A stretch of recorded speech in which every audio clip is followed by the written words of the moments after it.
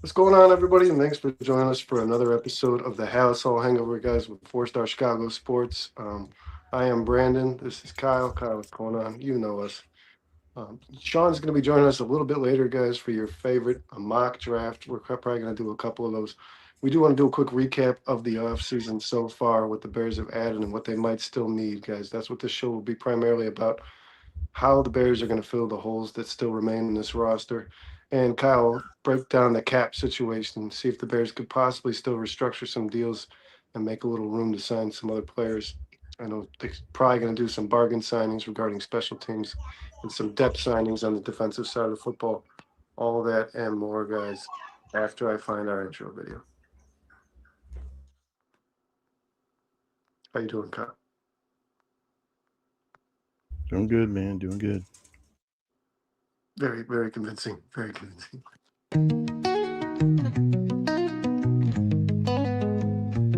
Windy City banners rocking 4 stars align. Dynasty dreams rise, bulls in their prime. Cubs curse shattered, the victory divine. Fields be running, clock ticking on my timeline. Shot town heroes, legends never fade. Black Hawks flying, cutting ice with the blade. White Sox diamonds, the South Side parade. 4 stars shine bright, legacies they made. Mike with the crown, air rain, no dispute. Sweetness in the backfield, Walter in pursuit. Bear down Sunday's midfield, battles cute. Chicago. What's going on, everybody, guys? Thanks again for joining us on this Monday night. We appreciate you. This is the House Hall Hangover, guys. Once again, it is myself and Kyle. We are twinning, as I like to say. Um, Kyle, if you can, just keep an eye on that chat for me. Guys, whatever you want to talk about, throw it in there. This isn't a show that's really too structured. We can kind of be loose with it, and you take us in any direction that you'd like. Kyle, I know you want to start with a bit of a recap of what the Bears have already done and addressed in this offseason so far. We'll call it phase one of the offseason. The Bears have made a fair amount of moves regarding trades and free agent signings, but still a lot, still a lot to do, still a lot of roster work. So go Yeah. ahead, Kyle, and kind of run us through what the Bears have taken care of, I say, but even the positions which they've signed, I think they could probably do a little more work. Yeah, I'd say most of the season additions were depth burning. There's a couple guys, obviously, when you talk about guys like Kobe Bryant, Devin Bush, who are probably could be considered long term starters here in Chicago. For the most part, it seems like they were kind of filling in the cracks. Just to kind of go over everything in case people don't eat, sleep, and breathe the Chicago Bears like we do. So far, the Bears in this offseason have signed free agents, defensive back Cam Lewis, defensive lineman Katavius Street, defensive back Kobe Bryant, like we talked about, so both Cam Lewis and Kobe Bryant being safeties, linebacker Devin Bush, defensive lineman, so defensive tackle Neville Gallimore, wide receiver and kick returner Khalif Raymond, offensive tackle from the Browns Jedrick Willis. They traded for center Garrett Bradbury from the New England Patriots. They re-signed defensive back Jalen Jones, offensive tackle Braxton Jones, defensive line Daniel Hardy, another safety and Elijah Hicks. So remember, the Bears are still now have 3 safeties on the roster. They're still missing one for at least for depth purposes. Linebacker DeMarco Jackson, backup quarterback Case Keenum, and offensive lineman Jordan McFadden, who was with the Bears last year as well. So when you look at the Bears free agency in I totality, didn't know that. They did bring McFadden back. I didn't know that. Good. yeah, a couple of days ago they did. If you look at the Bears free agency mentality or totality, there's obviously still a ton of holes in this roster.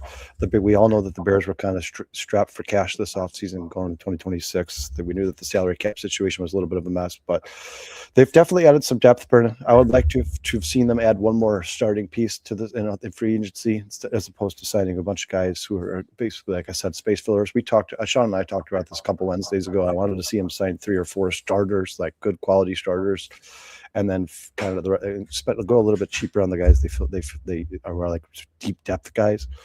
But instead, they decided to sign 2 studs and Kobe Bryant, Devin Bush, then kind of guys who are in the middle of the road, kind of Neville Gallimore, Katavius Street, Jalen Jones, Braxton Jones, and then the rest of the guys, DeMarco Jackson, obviously, and then the rest of the guys who they signed in free agency, Brendan, I think are pretty much here for depth. Yeah, and the thing that impressed me most with what Poles did this offseason so far is, we cut Jermaine Edmonds. It saved the Bears about $15 million on the cap, and he was able to get DeMarco Jackson back in the house, and he was able to get Devin Bush. So he really flipped again, like he did when he traded Roquan Smith. He flipped one player into two, and it seems as if your linebacking core at least for the moment, is pretty solidified. I would imagine the Bears might still draft one in the late round, maybe a guy they think could be a project player, somebody they build for the future. But Kyle, you said something that I want to make. Like, is Devin Bush and DeMarco Jackson the future of linebacker at this in this Bears organization? Well, I could tell you for a fact Devin Bush is, because he signed to a multi-year deal. DeMarco Jackson, one that's a little bit more curious for me, man. I think this is kind of a prove it deal for DeMarco Jackson. I think that he certainly could play himself into that role, being a starting linebacker for the Chicago Bears for the foreseeable future. But definitely Devin Bush for sure.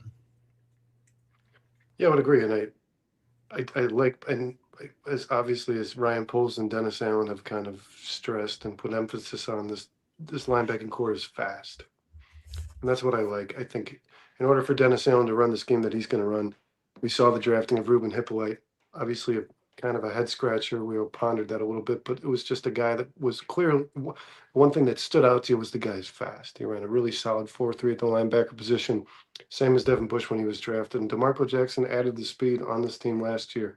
So I do think that it's important that Ryan Poles was at least able to kind of, like I said, I don't want to, it seemed finalized to me, this linebacking core. It seems like with the additions they made, plus still having TJ Edwards on the roster, they're not going to need too much help there. Yeah, and real quick, Brian, everybody, a lot of guys in the chat here are talking about the salary cap situation. Guys, we're going to get into that in just a minute here. I promise. I have all the numbers. I've done a bunch of research today. I'll even give you where the Bears stand in comparison to the rest of the division and the rest of the NFL. But real quick, Daniel Jeffries is in the chat here, man. Thanks for joining us. Breaking news, Bruce. What's up, Daniel? What's up, Bruce? True Pilgrims in the house, Brandon. Prophets in the house. Dante's in the house. James is in the house. Legends in here tonight. Prophet, yeah, we got all the favorites here, man. Appreciate you guys joining us here. There's still down a couple. I expect them to be in here shortly. James Crystal says TJX reminds me of Danny Trevathan. Yeah, a little bit. Danny Trevathan was kind of a piece of shit in the NFL. He was fined numerous times a season for just absolutely laying people out, but he was better than Bears fans give him credit for, man. You guys, Brennan, do you remember the hit from? I think it was Danny Trevathan who absolutely killed Devontae Adams. Do you remember that?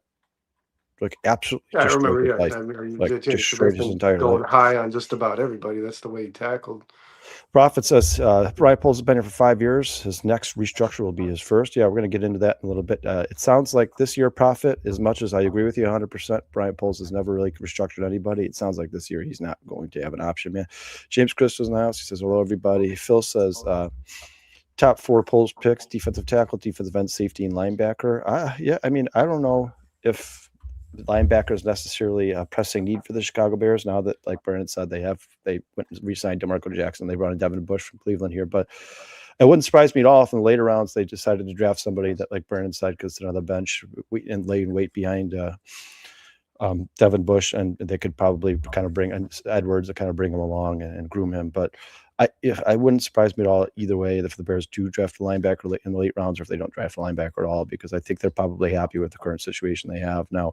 Maybe they sign some depth somewhere, like an undrafted free agent or maybe another free agent, a really cheap guy. But for the most part, I think they're pretty much done with the linebacker room. But I would love to see the Bears go into next year's draft and get a linebacker in the first or second round to replace TJ Edwards, because Brennan, as Bears fans, we've been so spoiled at the linebacker position, right? Like it's been almost for a big chunk of my life, the Bears are the best linebackers in the NFL. I'd like to see him get back to that at some point, but Devin Bush is severely underrated. I think he's on an upward trajectory. The future is incredibly bright for him. I think he's gonna be a damn good player. Let's see what DeMarco Jackson is capable of now. He's got a full season. I mean, TJ Edwards and him are probably going to be in some sort of rotation, I'm assuming. I believe TJ Edwards, just based off the contract, is probably still your starter. But it's going to be it's going to be interesting to see how they use the 3 of these guys. And then, real quick, Brennan, some breaking news outside of the Bears, Chicago Bears. It's Justin Fields was traded to the Chiefs. I think it was for a 6th-round pick, and it sounds as if, like Prophet says here, sure enough, sounds like if Patrick Mahomes' recovery time is not going the way they want it to go, it sounds like Justin Fields might actually start the season as the Kansas City Chiefs starting quarterback. I'll leave that one alone. I don't want to. Yeah, let's not listen to Brandon shit all over Justin Fields for another 2 hours. I'll leave that be. If that's the Chiefs starter when the season starts, the Chiefs are going to be in trouble. But I do want to say this in regards to linebackers.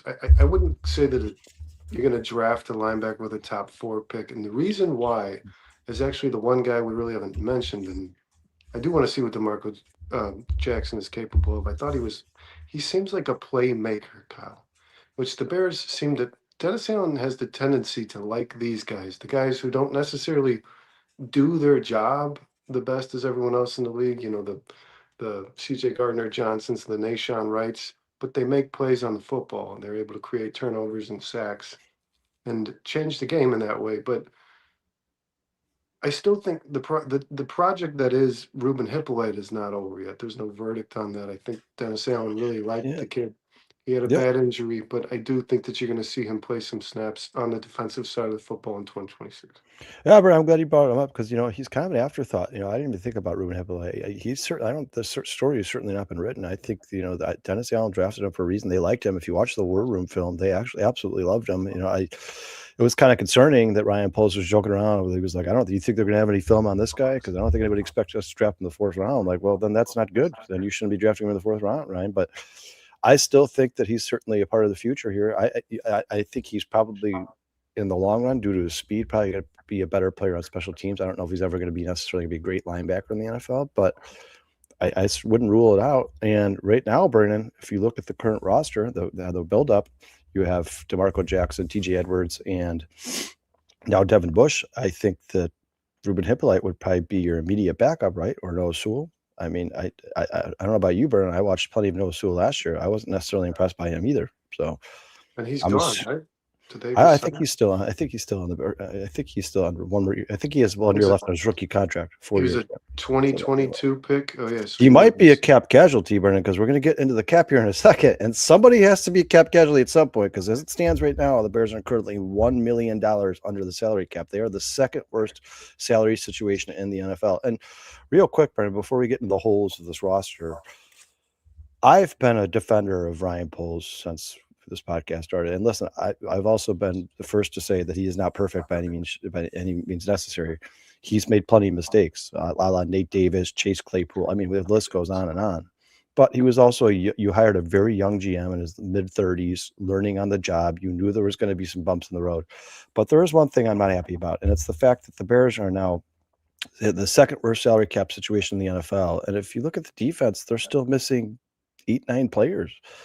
That's got to be concerning as a Bears fan. I mean, Ryan Poles says I think he's done better the last year and a half than he did his the prior 3 years here. So it seems to me like he is learning and he is getting some help and some aid from Ben Johnson and Dennis Allen. But the fact that the Bears have one of the most expensive defenses in the NFL and there's really not that many stars on it is kind of concerning. Now, listen, I'll give him a little bit of a pass last year because the guys he decided were the best players on this Bears defense, the guys he needed to sign in the free agency or guys he needed to extend, and Jalen Johnson, Kyler Gordon, TJ Edwards, and Jermaine Edmonds all missed big chunks of the season. So if he considered those guys to be his 4 or 5 best players, excluding Montez Sweat, obviously he brought in and extended, and he was missing all 4 or 5 of them throughout the season at one point or another, you got to give him a little bit of a pass because I don't think the Bears expected to be without Jalen Johnson and Kyler Gordon for most of the season. And you saw how much better the Bears looked in the playoffs when those two guys came back. So I think the Bears defense was given kind of the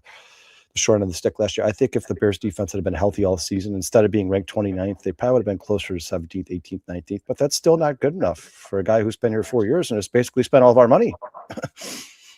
Well, real quick, I thought the pieces, I'm going to be honest, the guys that Poles decided to bring back, the existing free agents from this team in Hardy and Jalen Jones and DeMarco Jackson, those were 3 names that I would have put on a list of guys that I want to see play here again next season. So kudos to him for identifying the talent that I think but they're not stars. should give an opportunity. No, they're not. What I'm worried about, Kyle, is there possibly I'll ask you, is there possibly an overconfidence with this front office and the staff in general, even up to Ben Johnson, because you hit on so many draft picks last year, Monangai, Trapillo, Loveland, Burden, that they can just do this all over again and they're going to fix all the problems on this team through the draft. And I hope so. That's the idea. What's going on, Kyle? That's the idea, is you want to build your team through the draft, but you can't bank on having more hits than not in any year's draft. If you're getting 7 picks, you should assume 3 of them might be quality players, and that depends. Still a good draft. It depends. I mean, if you consider yourself just a good scout and a good drafter, then yeah, I think you should be expect to consistently have good draft classes. The Eagles do it, Brennan, year in and year out. They do it every single year. They have damn good draft classes. The Ravens are pretty damn good at drafting. I think the Bears could definitely be in that conversation now that they have the coach Ben Johnson here and Dennis Allen. The coach is here to help Brian Poles in the draft. They should have that mentality that they're just going to nail every single draft. Now, if you fall short a couple times here and there, like so you have one good draft, one all right draft, one really good draft, one above average draft, one all right, and none of your drafts are poor, I'll take that. And you're striving for perfection and you fall a little bit short, I'll take that. But you know what I think? When looking at Ben Johnson and Dennis Allen's first draft, the thing I noticed is that they did get stars, right? Because obviously Colston Love and Luther Burden look like they're well on their way to stardom, right? And maybe it's a little too early for Luther Burden, but I believe personally in my mind that he's going to be a damn good player. But Burden, the rest of the guys, they didn't have to be stars. And I don't think that's what they were going for. They took Kyle Monangai in the 7th round knowing that he was going to have to play a role here. He wasn't going to have to be the best running back in the NFL. He wasn't going to have to be Breece Hall. He wasn't going to have to be Bijan Robinson or Jahmyr Gibbs. He was going to have to take some weight off of the shoulder of DeAndre Swift. And they saw him as a guy who was built perfectly to take that role on, and he did. Burn, just to get to some of these chats real quick, excuse me. James Christopher says, I've seen enough on Hippolyte. He is not an NFL caliber linebacker. So it sounds like he is out on Ruben Hippolyte getting playing time next year. Prophet says, I can't wait until Deo is a huge contributor next year and the Crow is being feasted upon in droves. I don't know if I think I've seen enough of Deo, and before he got to the Chicago Bears. General Jeffrey says, I think Poles will make some smart moves with the upcoming extensions on the right tackle and QB and the wide receiver in the next few years. Yeah, like I said, guys, we're gonna just be a little patient here. We're gonna get into the salary numbers, and we'll figure out what the Bears can do to try to open up some space. Prophet says it's hard not to be overconfident when you prepare the way Ben prepares. Yeah, I think Ben has all the confidence in the world in himself. I think he thinks he's the best coach in the NFL, and I love that mentality, and I hope he continues to feel that way. Real quick, Kyle, let's pause on that chat. I like that chat, and I do love Ben Johnson, and I do believe Ben Johnson will continue to identify not only talent on the offensive side of the football, but the guys that work best in his system, because that's what real he did quick this year. Sorry, you get back to Taj. Have you seen that name before, Brennan? I have not. No. Taj, sorry if you've been here before, man. I don't recognize the name, but thank you for joining the show. We appreciate you, brother. Yeah, man. He says Bears planning for 2027. I agree, man. I think they're planning for long into the future. I think this used to be a coaching staff that thought day to day. These guys are thinking year to year, even. This is for you, Taj. Yeah, we appreciate you, man. Johnson's ahead of Let me ask you this, Kyle. This is a kind of a throw-in segment, and I think that the chat will probably be pretty interested in this, guys. I want to hear what you think. The offensive draft picks that the Bears accumulated last season all made impacts in winning games, from Trapillo to Monangai to Loveland to Burden. The defense, not so much. And my concern is whether or not, do you believe that Dennis Allen and Ryan Poles can draft the defensive players that will make the same impact as they did on offense last year? And Dennis Allen's track record as a head coach in drafting players, he drafted Khalil Mack, he drafted Trey Hendrickson. So obviously at the edge position, he can identify. Actually, Brennan, we went over the list on Wednesday's show a couple weeks ago. Dennis Allen, I was actually questioning Dennis Allen's ability to draft stars or blue chip quality talent. We went over it, man. He's got a lot. He's got a lot. Sean sent me the list that you guys went over before the show. You don't think of it immediately. Like even Chris Olave, I know that he doesn't draft a lot of offensive players, but Chris Olave is an absolute stud. And if that guy was in a better situation, I think he'd be one of the best receivers in the NFL. I think he's in a better situation than you think, man. I thought that kid played pretty good at quarterback. Yeah, he certainly beat the shit out of the Bears. I know that. Well, what's the quarterback's name? Tyler Shook. Played much better football than I had written that kid off before the draft. I thought when the Saints selected him, it was a mistake.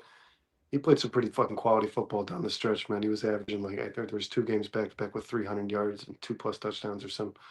I was impressed. No way, Steve. Not a chance in hell, man. No way the Vikings finish first in this division. Not a chance in hell, man. Is that in hopes that Kyler Murray's the starter? Because if they want to roll with JJ, they're in trouble. I think they brought Kyler there to start. I think they probably think that if anything, if JJ is going to have a chance at success in the NFL, he needs one more, or at least another 6, 7, 8 weeks to sit on the bench and really trying to soak stuff up like a sponge. He just has not looked like the answer to me. And if Kevin O'Connell can't get it out of him, I don't know if anybody can. I just don't. I've seen some early projections of the people saying, "Oh, the Vikings are back. They're going to be first place." It's not about the quarterback, guys. What people aren't talking about is they lost their center. They lost 4 defensive linemen. They lost the safety that's been the pillar of consistency for them for the last 15 years. And Harrison Smith, they have and their salary cap situation is I think they're the third worst team in terms of salary cap. They got a lot of work to do. Worth mentioning too, they cut Aaron Jones, and that Mason kid didn't end up being all that. I don't see it, man. I don't. He's not as good as people thought. People were like placing him high in fantasy drafts and stuff, and I thought he was pretty underwhelming. I'll be honest with you. So Minnesota seems to rely pretty heavily on running the football, and they're not doing that all that well either, guys. So what is it? Do you think Kyler Murray's going to ball out and throw the ball 35 times a game, or do you think they're going to draft a kid that makes an impact at the running back position? Because they pound the ball, and they haven't really been doing that all that well lately. Well, on top of that, Bert, by all accounts, Kevin O'Connell loves those pocket passers. Those guys who they play in the system of the offense, and it's a timing thing. Kyler Murray likes to run around a lot and play some hero balls. So they're gonna have to compromise somewhere because Kyler Murray can't see from the pocket.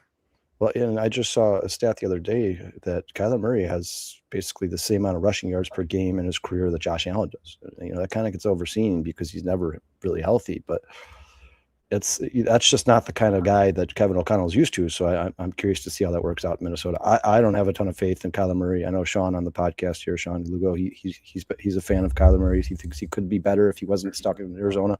We're about to find out. Brennan Date says back players come for the top 40. Everyone else is just a guy. 70% of the outside of the 40 fail to get multi-year extensions. I agree with that. I mean, you can't argue with statistics. If you're not drafted in the first 4 rounds, it's tough to stick around the NFL. Prophet says we are implementing our waves of pass rush this offseason that Poles has been talking about for a couple of years. I hope so. And then, Brennan, we have a super chat here from Slim. But Slim, you're the man, dude. Since this guy came on a couple months ago, he's been nothing but active in the chat. We appreciate the holiday. It says, would trade Swift and pick 57 to Miami for A-Chain. I would do that in an absolute heartbeat. Slim. And I think A-Chain is just special. And I get it, Slim. Trust me, I get it. You're talking about the money because you wanted the contract. Getting rid of Swift's money is a big deal. But from what I read, they're talking about like just a high round pick for A-Chain. It feels very much to me like that Miami team is about to blow it all up. No, that'd be dumb though, man. You just signed a quarterback to $20 million a year. Now you're not going to give him any help. You're not going to put any talent around him. You expect him to come in and be like a franchise quarterback? The only way to be a franchise quarterback is if you have a good team around. That's a decision that will be regretted. Let's be honest. That's probably a terrible fucking decision. Probably. And that Miami team is run so poorly, guys. The trading Minkah, what was it, a 6th round pick? What did Minkah Fitzpatrick get traded for? A 5th round? I think it's 6th or 7th. It was late. After they had just traded Ramsey to a 7th. Just make egregious decisions on that football team. That team sucks. It's gonna suck. Kyle, so do you think that Dennis Allen, after what you just said to me, that if you look at his track record, he has a pretty quality trend of drafting talented players on the defensive side of football. Can he guide Ryan Poles in the direction enough to fix this defense with what they've done in free agency already? Well, you guys, real quick, James and True Pilgrim both say no way am I trading Swift and 57 for A-Chain. You'd be throwing Swift and just get rid of the money, guys. I mean, you wouldn't trade 57 for A-Chain and then have Swift and A-Chain on the roster. Why would you pay DeAndre Swift to be here? Kyle Monungai's not going anywhere. He was just drafted. He's on this right. A-Chain and Monungai are very. That's a beautiful. Yeah, Swift would just be a throw in. Maybe you could throw in Swift so you could trade a pick later than 57, so they have a starting running back in Miami. But yeah, it would just be just get Swift out of here. And statistically, guys, if you cut Swift right now, you save almost $8 million, as Prophet says here. Or if you trade him, you save the whole $8.5 million if you trade him. So that's what they would do. Statistically, A-Chain trade Swift, they could give that money to A-Chain. He's the top 5 running back in the NFL, and if you're talking about just dual backs, man. He's special. If you're eliminating the Derrick Henrys, the pure backs, and you're talking about dual threat running backs.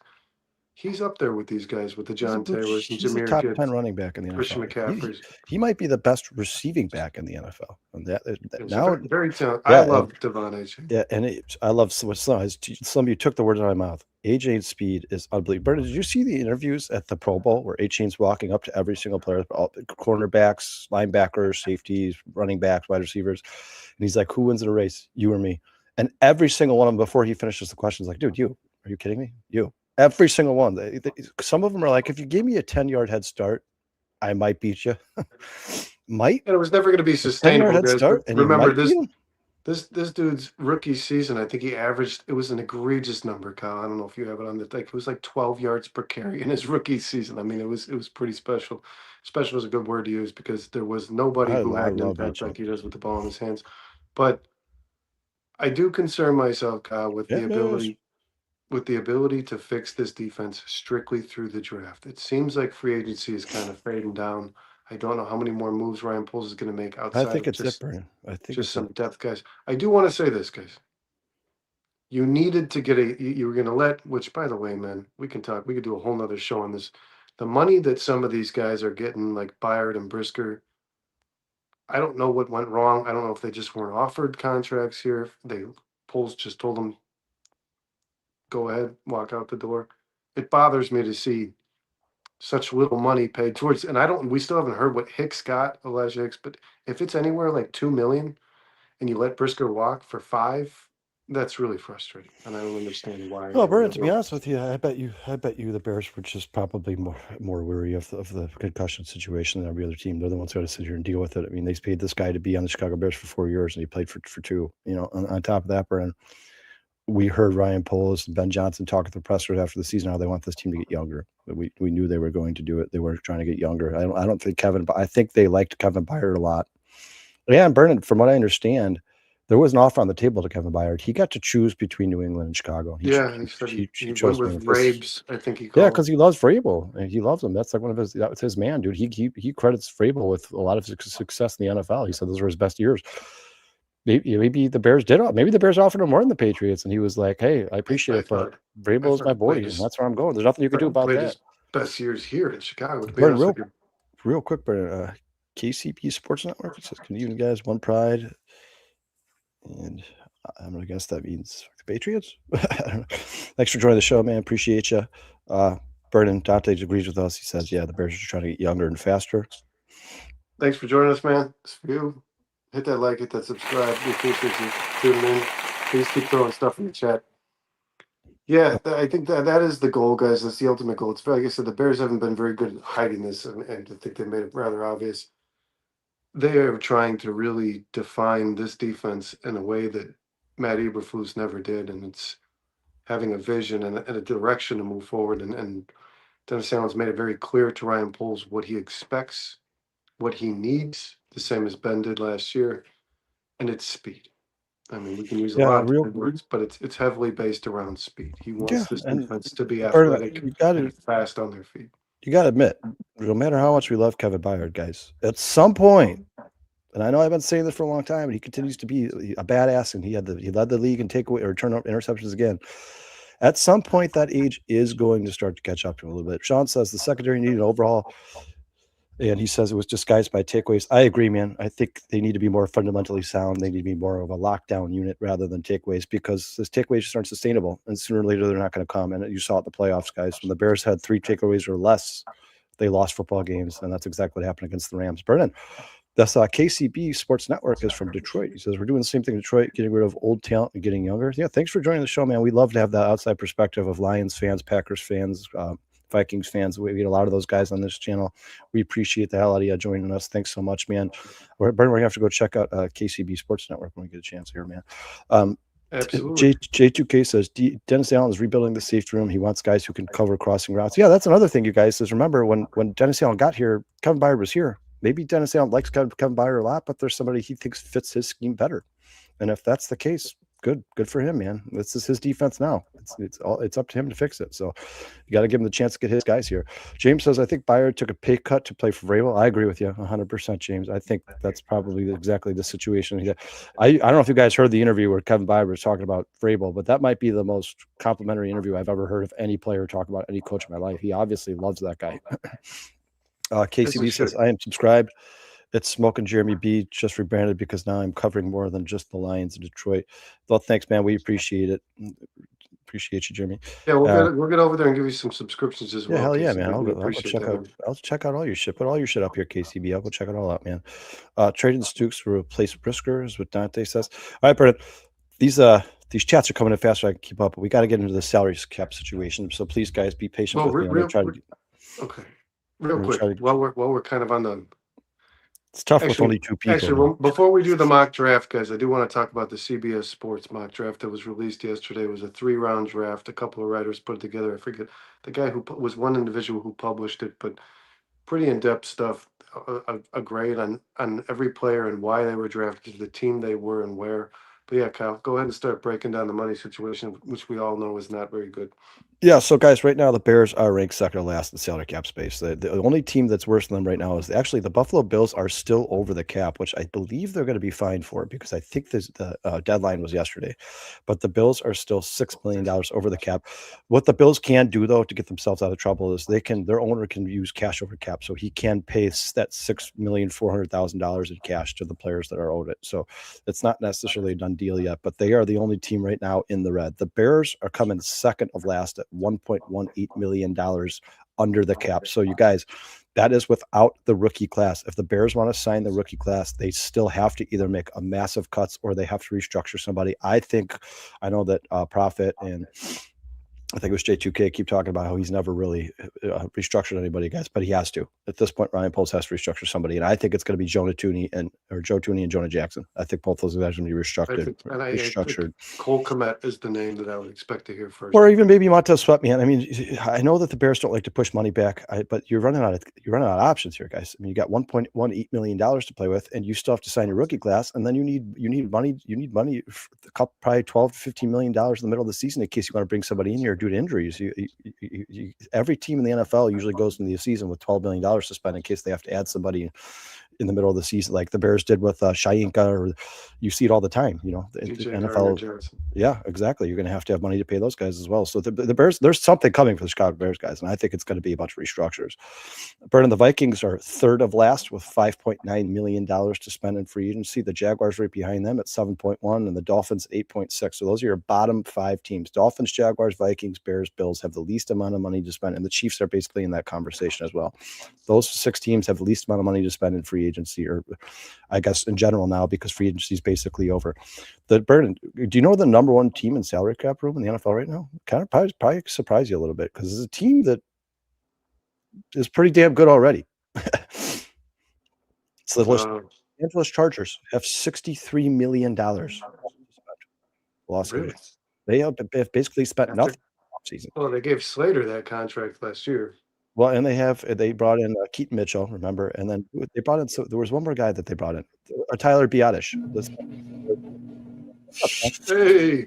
Yeah, so your top 5 teams in terms of salary cap space, guys, are Chargers going to be number 1 at $62 million, Commanders number 2 at $61 million, Titans number 3 at $57 million, Cardinals at $54, and Seahawks at $44.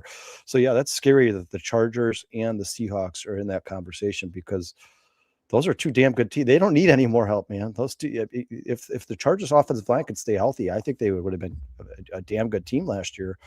And they were a good team. I think they would have been much better. And the Seahawks just won the Super Bowl. And these 2 teams are in the top 5 of available funds and under the cap. It's some scary shit, and that makes you question what Ryan Poles' decisions here, and some of his draft decisions in particular over the last 4 years. It's kind of scary with the lack of talent the Bears on the defensive side of the ball. The Bears should be in that conversation. And like I said, I know most of their money is tied up, Kyle. I know, and Deo and Jarrett. I mean, it's just not good, man. But I know that people keep saying he's never restructured anybody. You guys, he has to, because even if you say he does just cut a bunch of people off this roster, like the Travis Homers of the world, right? Sure, fine. The Roshan Johnsons, say they are cut off the roster and it saves them $3, $4, $5 million.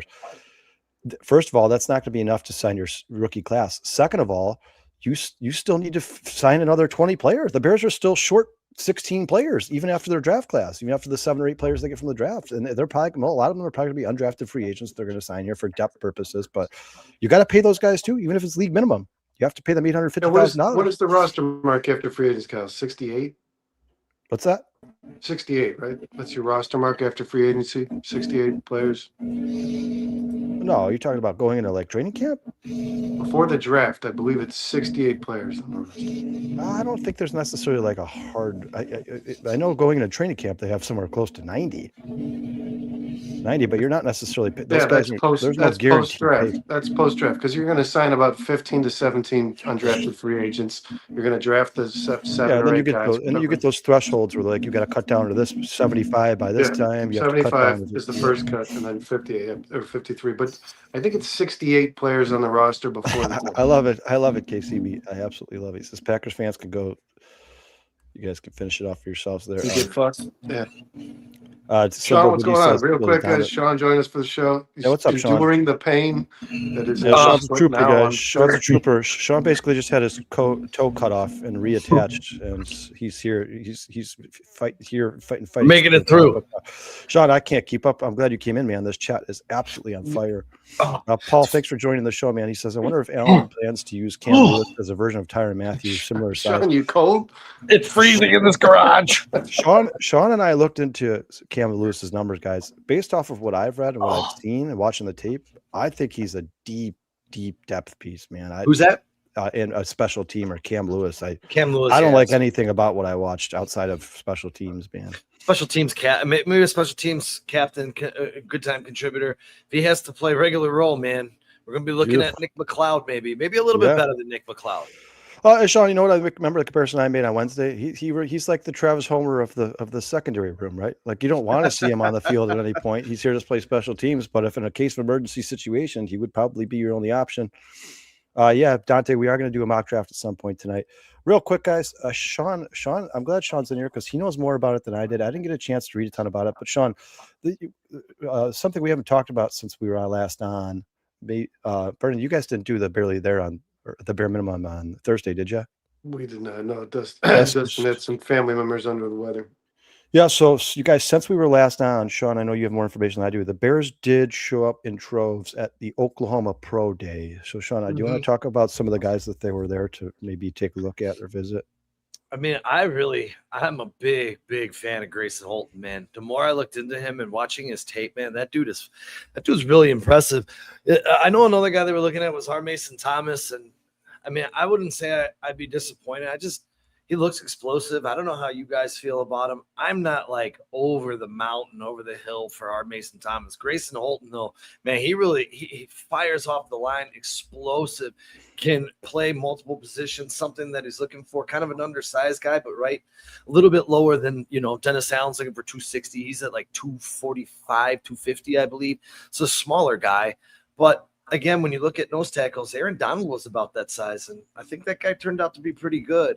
And he's not the most powerful guy, but he uses his speed and transitions that to beat the power of the players on the other side of the line. So Grayson Holton's someone I'd look at. I was kind of muffled or baffled by the offensive side of the ball. I don't really know too many names on the Oklahoma side of the offensive side of the ball that they would be looking at. But Kyle brought up a good point when we were talking about it, that maybe the fact that they're looking at some other names outside of the Monroe Freelings and some of the top-notch names at the offensive line position. I just haven't got into it. J2K's in here. Maybe he knows something about some offensive Oklahoma guys, maybe on the line, wide receiver, running back. Yeah, so the names that were listed by Brad Biggs outside of Jaden Ott, but Sean, you told me that it was later reported that Ryan Poles was on the sideline for Jaden Ott's workout. That's the running back for Oklahoma Burn, and Ryan Poles was watching Jaden Ott. I don't know if that means anything. He might have just been there while the scouts were looking at somebody else, and he just caught his eye. But Brad Biggs believes that they were there to look at Deion Burks, wide receiver from Oklahoma. Real quick, guys. And then Bruce, where you at? I just got a notification that Seiya Suzuki will undergo an MRI. That was in the works. And then Bad fucking news. Bernard, Sean, I am going to absolutely destroy this name, but Brad Biggs also reported that the Bears had their eye on Fabeki Nuwawu. Yeah, I don't even know who that guy is. An offensive lineman for Oklahoma. I've been studying a lot of dudes. I never heard of that guy anymore. That's the first I've heard that name, man. That's the first time I've maybe J2K does. I certainly do not. Now, and here, my problem is I've been looking at safeties, I've been looking at corners, I've been looking at DNs, I've been looking at, nose tackles, three techniques. I haven't really ventured outside of the big guys on the offensive side of the ball because I just don't feel as though the Bears are going to be rolling that way, especially I don't think a tackle position. I don't think anywhere on the offensive line. Maybe they'd take a flyer on a guy later in the draft, but not. I don't think in the first 4 rounds, man. For me, maybe you guys feel different. I know I was messing around and I picked up the mullet man from Iowa, Gunner. I can't think of his name. Help me out, Brandon. Gunner. I watched this combine, but The I don't red really know. mullet, dude. I love his Yeah. mullet. Yeah, he's Sean. He's making his way into a lot of like Instagram. Somebody throw that name in the posts. chat. Real quick. This is a good. Well, while you mentioned it, I sent you guys the CBS Sports mock draft where they did 3 rounds. It was a collective group of writers. I forget the guy's name who published it, but they had the Bears going off on the offensive side of the football in the first 2 picks they had in the draft. They had what? They had the Bears drafting on the offensive side of the football with their first 2 picks. Omar Cooper was the 25th pick in the draft, and then what is their first pick in the second round was Sean. You probably know more about this guy than I do. What Who was it? Sam Hecht. Sam He's a Heck. center. Oh yeah, Sam Heck. Center. Love Sam Heck, dude. Yeah, we talked about Sam Hecht in depth on Wednesday, Brennan. He's Sam Heck, though, man. At 57, I mean, I guess that's where he's lining up right now. He's falling into that second round. Oh, unless they trade back. And trading back would be a little bit more ideal. I mean, because you can still get Slaughter, you could still get Lou, you could still get Jones. You could definitely get Jones at 129. At Iowa. You know, from the kid from Iowa. Yeah. So, I mean, I guess I can't say definitely if he's up high on somebody else's board, so I shouldn't say definitely. But right now his ADP is 160, and the Bears drop, you know, after that 129, they fall off a little bit. So if you really want them, you throw your chips in and go. I've done that in a couple of mock drafts where I've jumped up 30 spots and taken Jones and I'm getting a bad grade from the grade at the end of the draft. Well, but Sean, let me ask you. It's a need. Let me ask you guys. Obviously, they need a center, right? Sean, you're absolutely 100% right because Bradbury is a stopgap guy. He's one year contract. But you know, Slimbo Boogie says here, as unit Bears have 4 solid guys and Tooney, Bradbury, Jonah on right, best of the NFC North right now. Would you guys rather see them say, hey, you know what?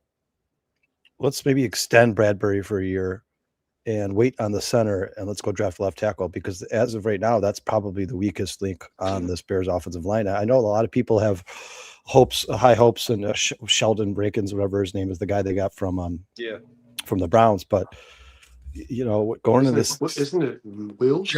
Dredrick Wills. Yeah, Dredrick Willis. Sorry, I got my names all screwed up here. But outside of outside of that guy, you know, they're in the same situation they were last year before they drafted Ozzie Trapillo. Guys, they had Braxton Jones, they had Theo Benedict. They thought that wasn't good enough. They went and drafted himself left tackle. Well, what has changed? What has changed? But Willis doesn't play. Yeah, he's just an injured player. He's never on the field. I don't know the depth is here. I'll say this in regards to that mock draft that CBS Sports put together, and I wanted to see this. I'll be honest. Love it, KCB. Love it. I've talked about this with you guys on numerous shows, especially with the chat. I've never seen anybody mock the Bears with an offensive player in the first round, which blows my mind. There it is, Jennings Dunker. Jennings Dunker, that's his name. Yeah, love me some Jennings Dunker. But he is gonna. I agree with you too, Casey. He's gonna move to guard. They're saying in I don't know, man, but Instagram loves that guy. But he's awesome. If we hyperanalyze the methods that Ryan Post has used in the past, it is the best player available, and that might be an offensive player, guys. So when you see 35 mock drafts and 34 of them have the Bears taking whatever position they need the most, I find that to be kind of flabbergasting, right?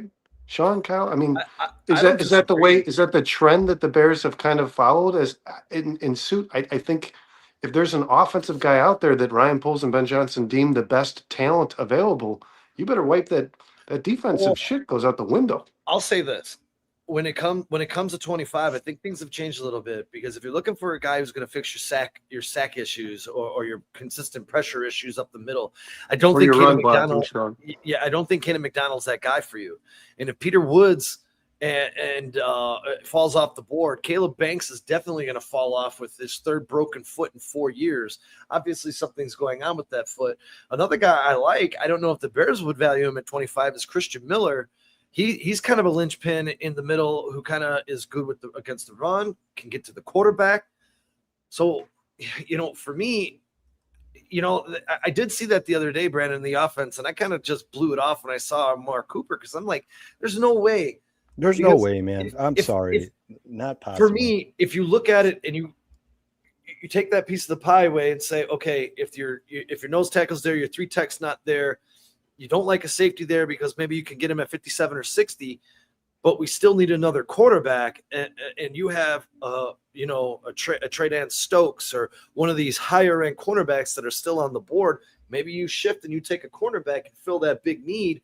Because let's be honest, what's here, we don't know about Tyreek Stevenson. Jalen Jones is a special teams guy.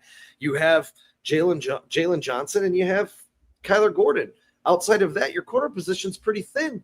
So I was never really thinking about this. And I just sent Kyle a piece because I did a whole write-up today on the Chicago Bears secondary, corners only, because I think the safety position is going to be addressed as well through the draft. You could be starting a corner and a safety that are rookies.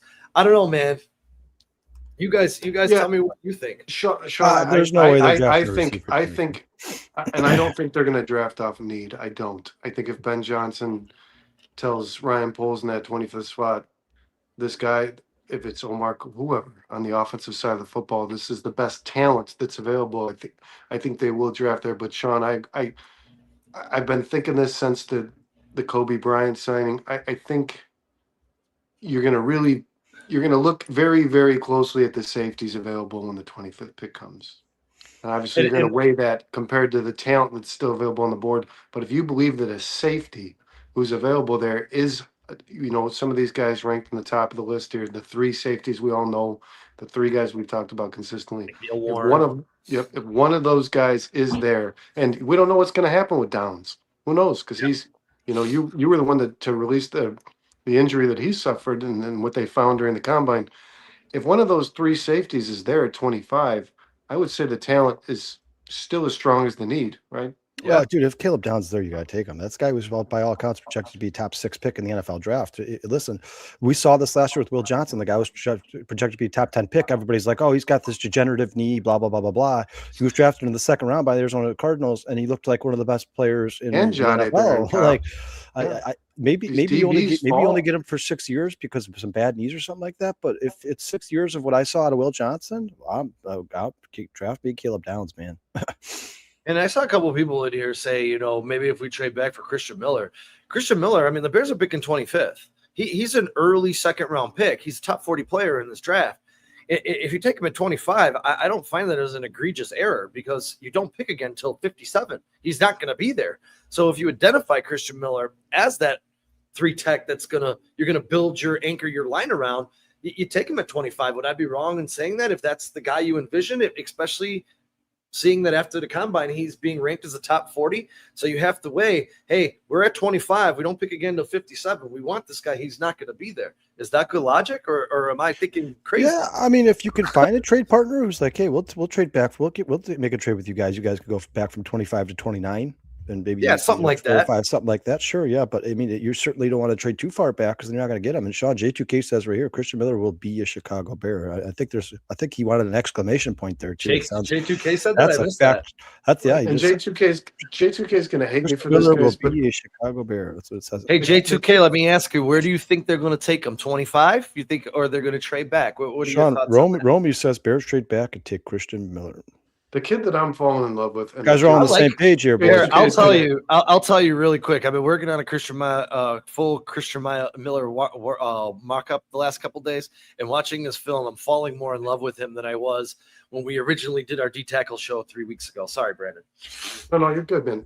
The guy who I'm really, really starting to become enamored with. And James agrees too, man. I don't know that he's in the Bears' range at 25.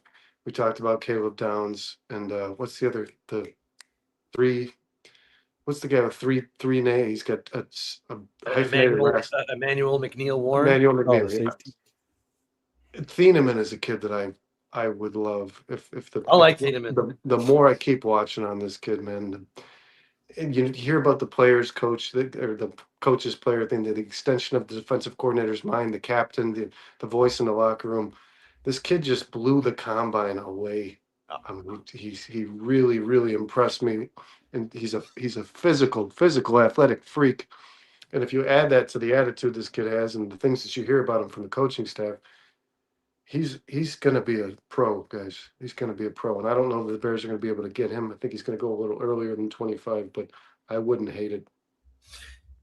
Yeah, KCB, I think Lander Barton is jumping up. I don't think he's going to be at day 3. I think he's moved himself into day 2. That's what I've read in the last couple days, looking at Lander Barton. Howie puts in here Malachi Lawrence, and that's a name that's really sticking out to me. But for the Bears, that's either 25 or you're going to have to figure out a way to trade up because every mock I see him in, he's gone before 40. I mean, he had a really good combine.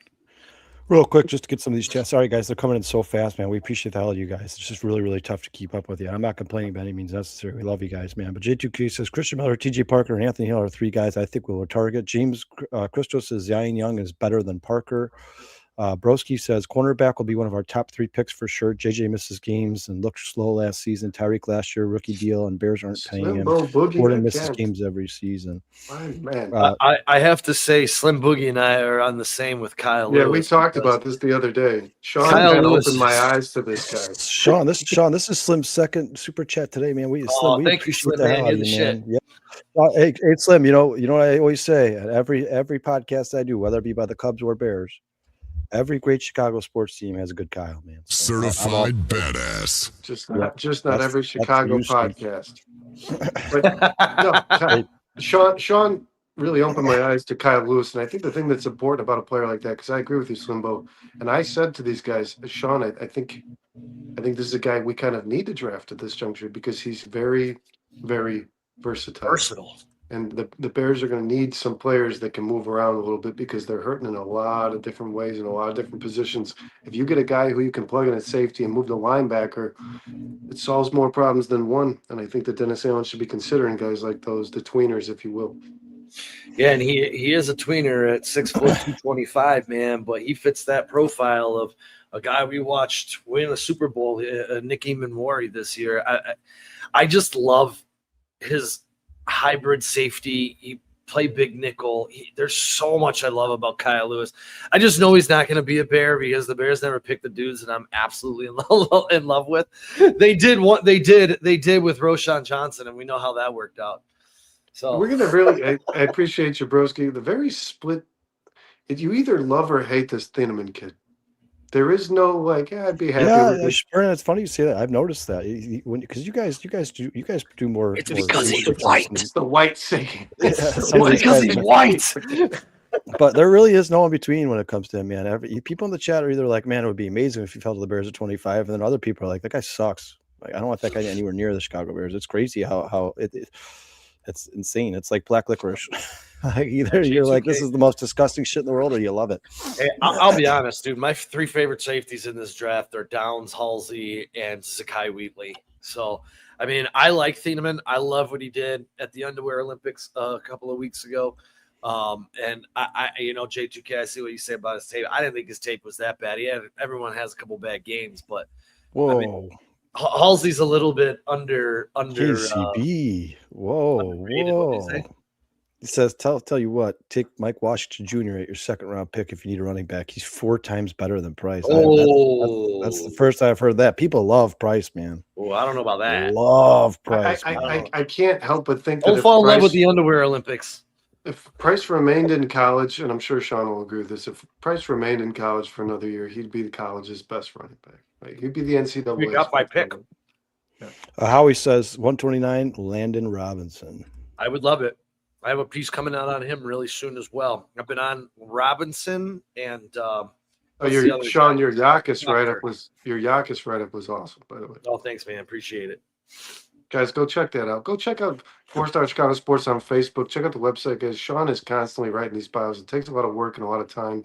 And if you don't really follow the draft too much, if you don't watch college football and you want a little more education about which direction the Bears might head possibly and which players should be on their radar. Sean can fill you in on all Yeah, that, guys. yeah, and to that point, man, a lot of people just regurgitate what experts say. Sean does all his own research. He watches a ton of film, and he comes up with his own opinions, man. He's not copy and pasting from Draft Buzz or anywhere else. This is all If his Sean and J2K get on original a show thoughts. together, tune in And for that shit. you guys, and if you read the articles and you disagree with some of the stuff that Sean says, I'm sure he'd love for you guys to comment on them. Yeah, absolutely. Love to compare and contrast you guys' notes there.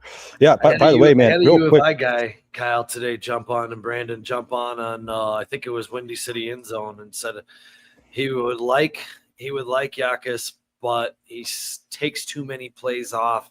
And he goes, this is coming from a UNI alum who's watched every one of his snaps, blah, blah, blah.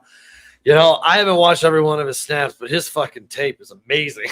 I can tell you that, man. Yeah, and that's interesting to hear because like his motor is one of the things that people kind of praise him about. Yeah. So James asks, do you guys think there's a possibility Gordon gets moved to strong safety? I don't think so, James. I think you'll see Kyle Gordon play more of a Swiss Army knife role than he did last year, especially because he didn't really play last year. He played 3 games, but I don't think his position will be changed.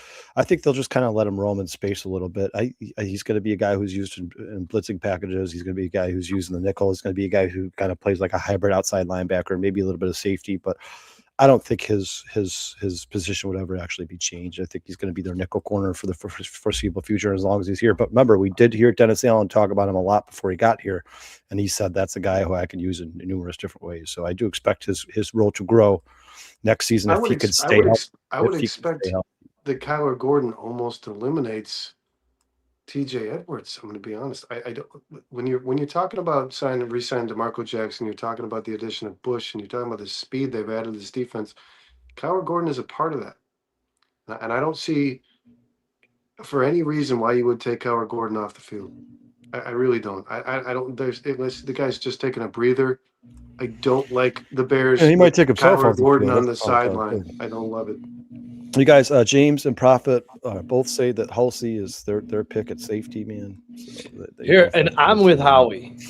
If it came down to Kyle Lewis and Halsey, I'm going Lewis. I like Halsey, but I'm going Lewis. And for me, I don't know if it's that close. KCB says he likes defensive tackle Dante Corleone out of Cincinnati, 6'1", 321 pounds. They call him the Godfather.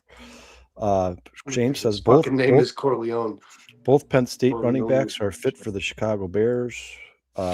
Howie Sean agrees with you 100%. He says Kyle Lewis greater than AJ Halsey. Well, I like them both. I really do. The safety class is so Prophet strong. Says Kyler Gordon will play more of. He'll be more of their Nick Emmanwori. Yeah, I think that's kind of what they're going for. I think that's the new thing in the NFL, man. The Brian Branches, the Nick Emmanworis, the Kyler Gordons, these guys who are just such good athletes, they can basically do anything, and the offense never knows where they're going to be. I think it's a outstanding chess piece for a defensive coordinator to have, and I expect Kyler Gordon to start playing more of that role if he can stay healthy. Once again, guys, Kyler Gordon's issue has never been talent. It's never been talent. I think Kyler Gordon's one of the best players in the NFL. His issue is availability. That's the problem with Kyler Gordon. That's what's held him back, man. When it comes to the safety position in this draft class, I do believe, and I think they're gonna attack safety in this draft, and it might not be with the first. They have to. They only have. Might not be with the 25th pick, but this is such a strong class, and I know I'm gonna hear a bunch of shit in the chat about how old he is, but Bud Clark is a guy you could probably wait till the 4th round and possibly draft that could plug in as a starter. He's not going to play forever on this football team, but he is a quality football player. Yeah. Yeah, he's coming in old, but I like Bud Clark. I do. He's a pro. Hey, you know who else is coming in old is what's his name? He's going to be 24. Shit, I was just working on him today, and everyone's really high on him. Fuck, why can't I think of it? Can't remember. James Crystal says Kyle Lewis is good at many positions, which in my book means he is good at nothing. I don't know if I necessarily agree. I mean, you want guys who are tremendous athletes, right? I mean, look at Brian Urlacher. Brian Urlacher was good at many positions. He played mostly safety and ended up being one of the best linebackers ever played football. I know that's probably. Stucks. Yes, thank you. It's trade on stuck. I know that's probably very few and far between guys like Brian Urlacher, but it does happen. I'm sorry, guys. My brain's a little foggy. I've been on drugs for the last bunch of days. Sleep. Share the wealth, Sean. Share the wealth. Hey guys, J2K Real- says real- Dennis Allen wants a safety who can cover like his cornerback. There's a lot of safeties that are good but don't fit in this draft. You guys, I think that's why the Bears went and got themselves Kobe Bryant, because he's played all three positions: corner, strong safety, free safety. Now they can draft whoever they think the best available player is in the secondary, and they can move Kobe Bryant to wherever they want. I think that was an outstanding move by the Chicago Bears front In office. regards to a Yeah. player like Kyle Lewis, there's a place that this defense needs to make an impact, guys, and we all know this. This is covering tight ends. They don't cover tight ends. The tight ends torched this team last year. They carved up this defense. Every tight end that played this team had 10 plus catches. No matter how many yards they had, they were open. And I think a guy like Kyle Lewis can make an impact there. And the Bears definitely need to focus on that in this offseason. Guys, I do want to give a shout out. We got over 40 in the building. Thanks, everybody. Thanks, Flex, J2K, Dante, Bruce, everybody who's here. Broski, guys, we appreciate you. Same old names, same old faces. You guys keep showing the love. We appreciate you showing up week in and week out.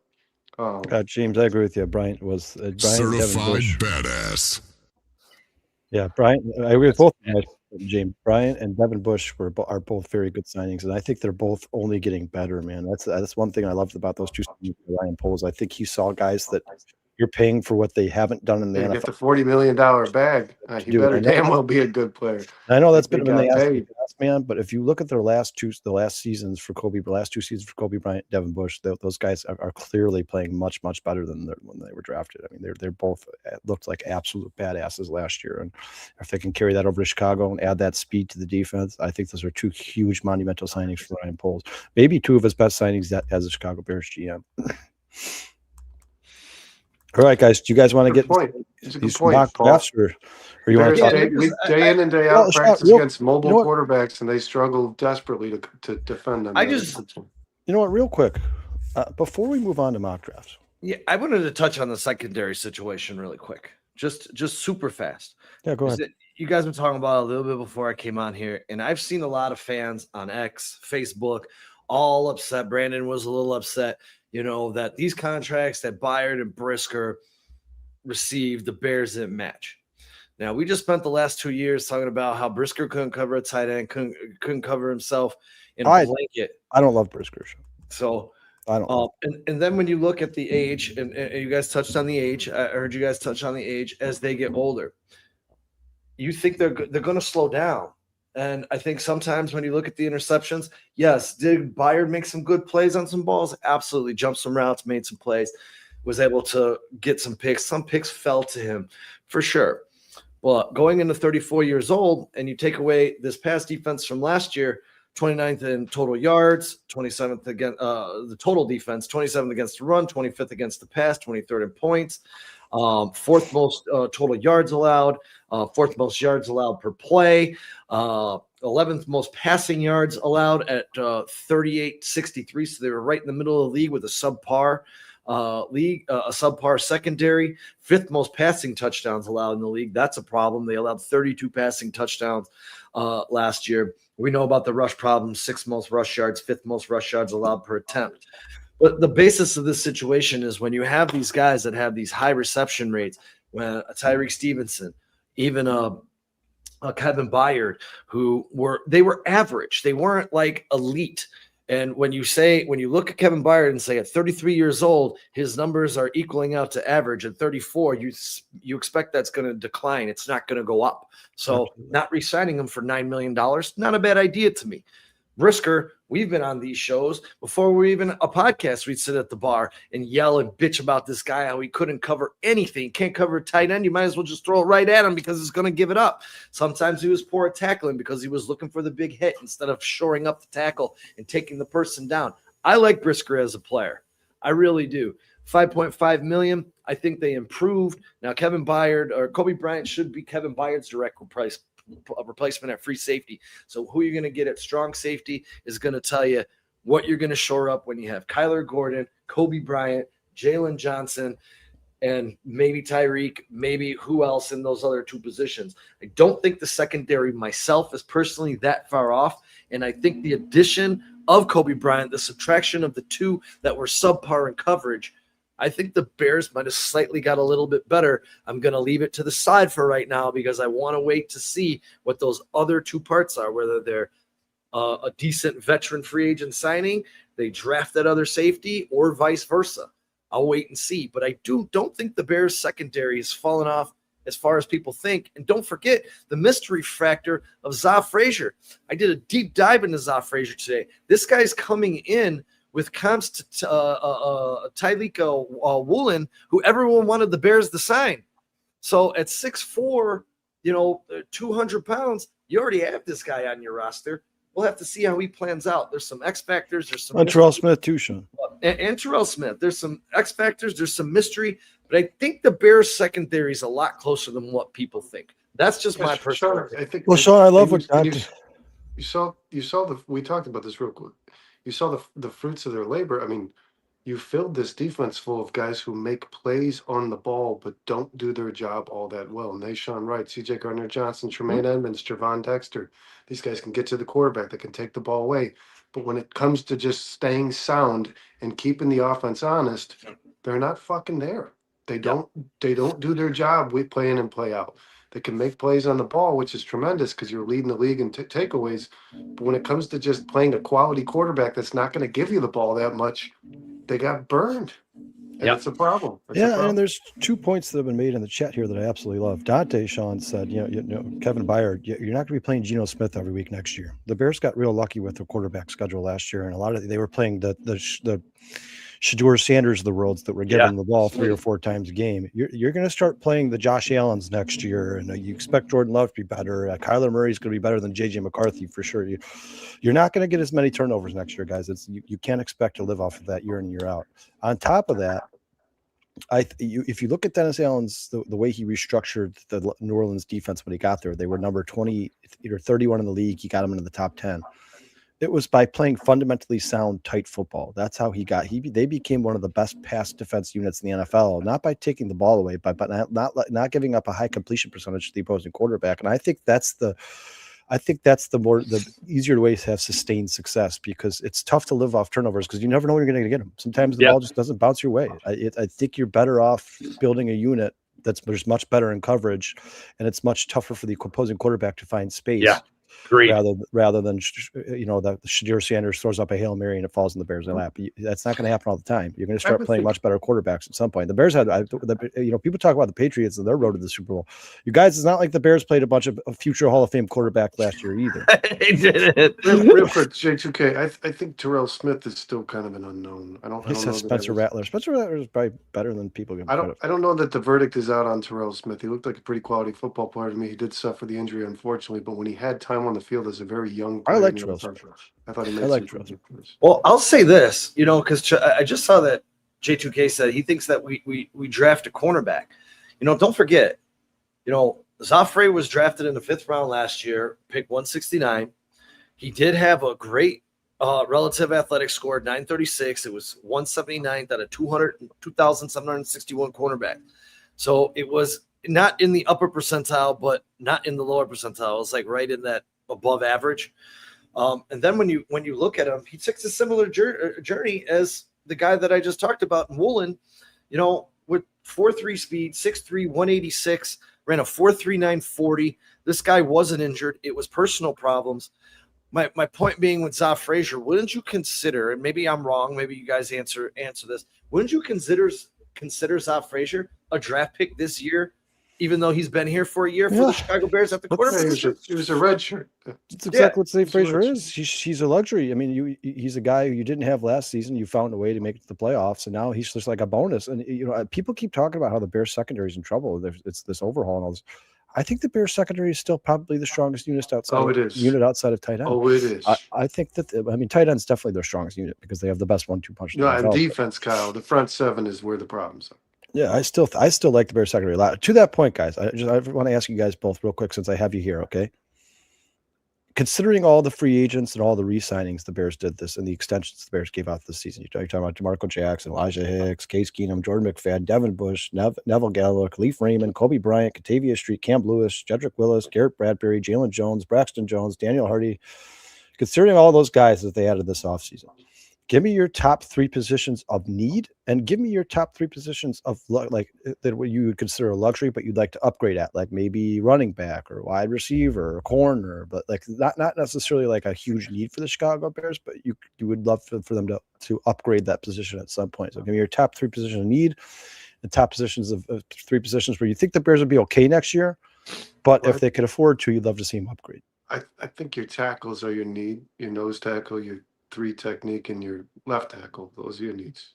Those are your greatest needs on this football team. And I know we need a starting safety, guys, but I do believe the Bears are going to fill that role. I still believe the left tackle thing is a problem. It's a big problem. You're depending on a guy now. Now we're saying Mills is the starter. You're depending on a guy who hasn't played football in a year. Those 2 guys, and I want to say this, man. We can talk about the secondary. We hammer this out all the time. They need a starting safety. They need some more corners. They got Jalen Jones, Terrell Smith, Tyreek Stevenson, Zay Frazier, Jalen Johnson. When you fix that shit up front, those guys will be better. I promise you this, guys. That will be elevated when you fix that shit up front. But luxury, Kyle, outside of nose tackle, 3 tech, left tackle, those are my 3 needs. I put them all over safety. I'm sure I'm gonna be blasted for that. I call all those guys more important than safety in regards to needs. Luxury, running back, after the departure of DJ Moore, wide receiver is a luxury to me. And I can't believe I'm saying this. And I would say linebacker. I would say after what the work that Ryan Poles did, if you want to draft another linebacker for the future here, a guy you can develop, a player that you think might fill that role that you were talking about, Kyle, the pedigree that this team has had for its existence in the linebacker position. I don't know that you need a linebacker desperately in this draft, but I think it's a very strong class. And I said that they were going to address this position in free agency because it was a very strong class of free agents at that position. But I think linebacker is the luxury that I wouldn't mind seeing the Bears draft, but not with a very high pick. Sean, before you answer real quick, I've never seen this name here before, guys. Please correct me if I'm wrong. He says bear down. It's Suggett. Thanks for joining the show, man. Appreciate it, dude. Please like and subscribe if you haven't already, man. I love it. I love the name, man. Love the thumbnail there. Sorry, Sean. Go ahead, man. No worries. Real quick. James says, is this I'm assuming this is your position of your luxury positions, defensive end, strong safety, running back, or do you think is that position? Do you think the Bears absolutely need a running back? And then you guys, Howie's been saying this name all day, all show, so I have to put it out there. DBB. Do you guys know who this guy is? Is he from Cincinnati? I don't know, man, but he's put his name in the chat here about 338 times, so I had to get it on the screen at some point. And then Flex Diggs guys says defensive tackle, defensive throw safety. Some in here. Let us know about them. Yeah. Please, guys, keep giving us your position of needs and your position of. James says Swift's getting cut. That's a position of need. Sean, let's hear yours. I'm gonna agree with Brandon on 2 of the 3 because I think left tackle and nose 3 tech are 2 of the biggest needs on the Chicago Bears right now. But J2K, as you highlighted, just stole my other one. My third one is middle linebacker. Devin Bush is going to be a great weak side. You can put DeMarco on the strong side. You got an old, aging TJ Edwards, broken green dot. I mean, I want a middle linebacker, Mike Singletary, green dot. Top middle linebacker back on this team, captain of the defense, setting up the defense in front of Jalen Johnson and Kyler Gordon. To me, those are my 3 biggest needs. And then I'm back with Brandon with the luxuries. I mean, if you're gonna fuck around and find out, let's go get Jadarian Price, excuse me. Let's go do it. And then if we let go of DJ Moore, I'm with Brandon on that too, man. This is a stacked draft of wide receivers, man, all the way through the 4th round, possibly, till you get to the Jeff Caldwells of the world. I would even be okay if they use 129 on a wide receiver. I don't think I'd bat an eye at it. It would definitely be a luxury based on what we have in the building already. But I mean, that's kind of where I'd go. And then obviously I'm not ignoring safety. But I think that if they had to go 1 year, I think the Bears could work around that weakness, as long as Kyler Gordon stays on the field. A lot of people in the chat here, guys, Suggett included, are saying that they thought Swift would be gone, and they still believe there's a chance he's cut here. I kind of I tend to agree with. I And forgot Sean, who from the inside, somebody from said the that there's inside no out. way. J2K says there's no way they're going to the next season with running back a Kyle Monangai and a rookie running back. I mean, guys, look how long it took them to get Kyle Monangai. It was probably week 5 or 6. Monangai really started getting rolling in this offense. I just don't know. Maybe they would be okay with a rookie and Monangai there. And Monangai could kind of carry the load to start the season. But I tend to agree. I think Swift. I think that they need that Swift role from somebody. And I just don't know if the Bears are going to be willing to draft a running back that high in the draft. I don't know. Real quick, the reason I left safety off the greatest needs is because Ryan Poles has preached this since he became the general manager of this football team. You build your team from the inside out, Yeah. and the inside hurts. The inside is not where it needs to be, guys.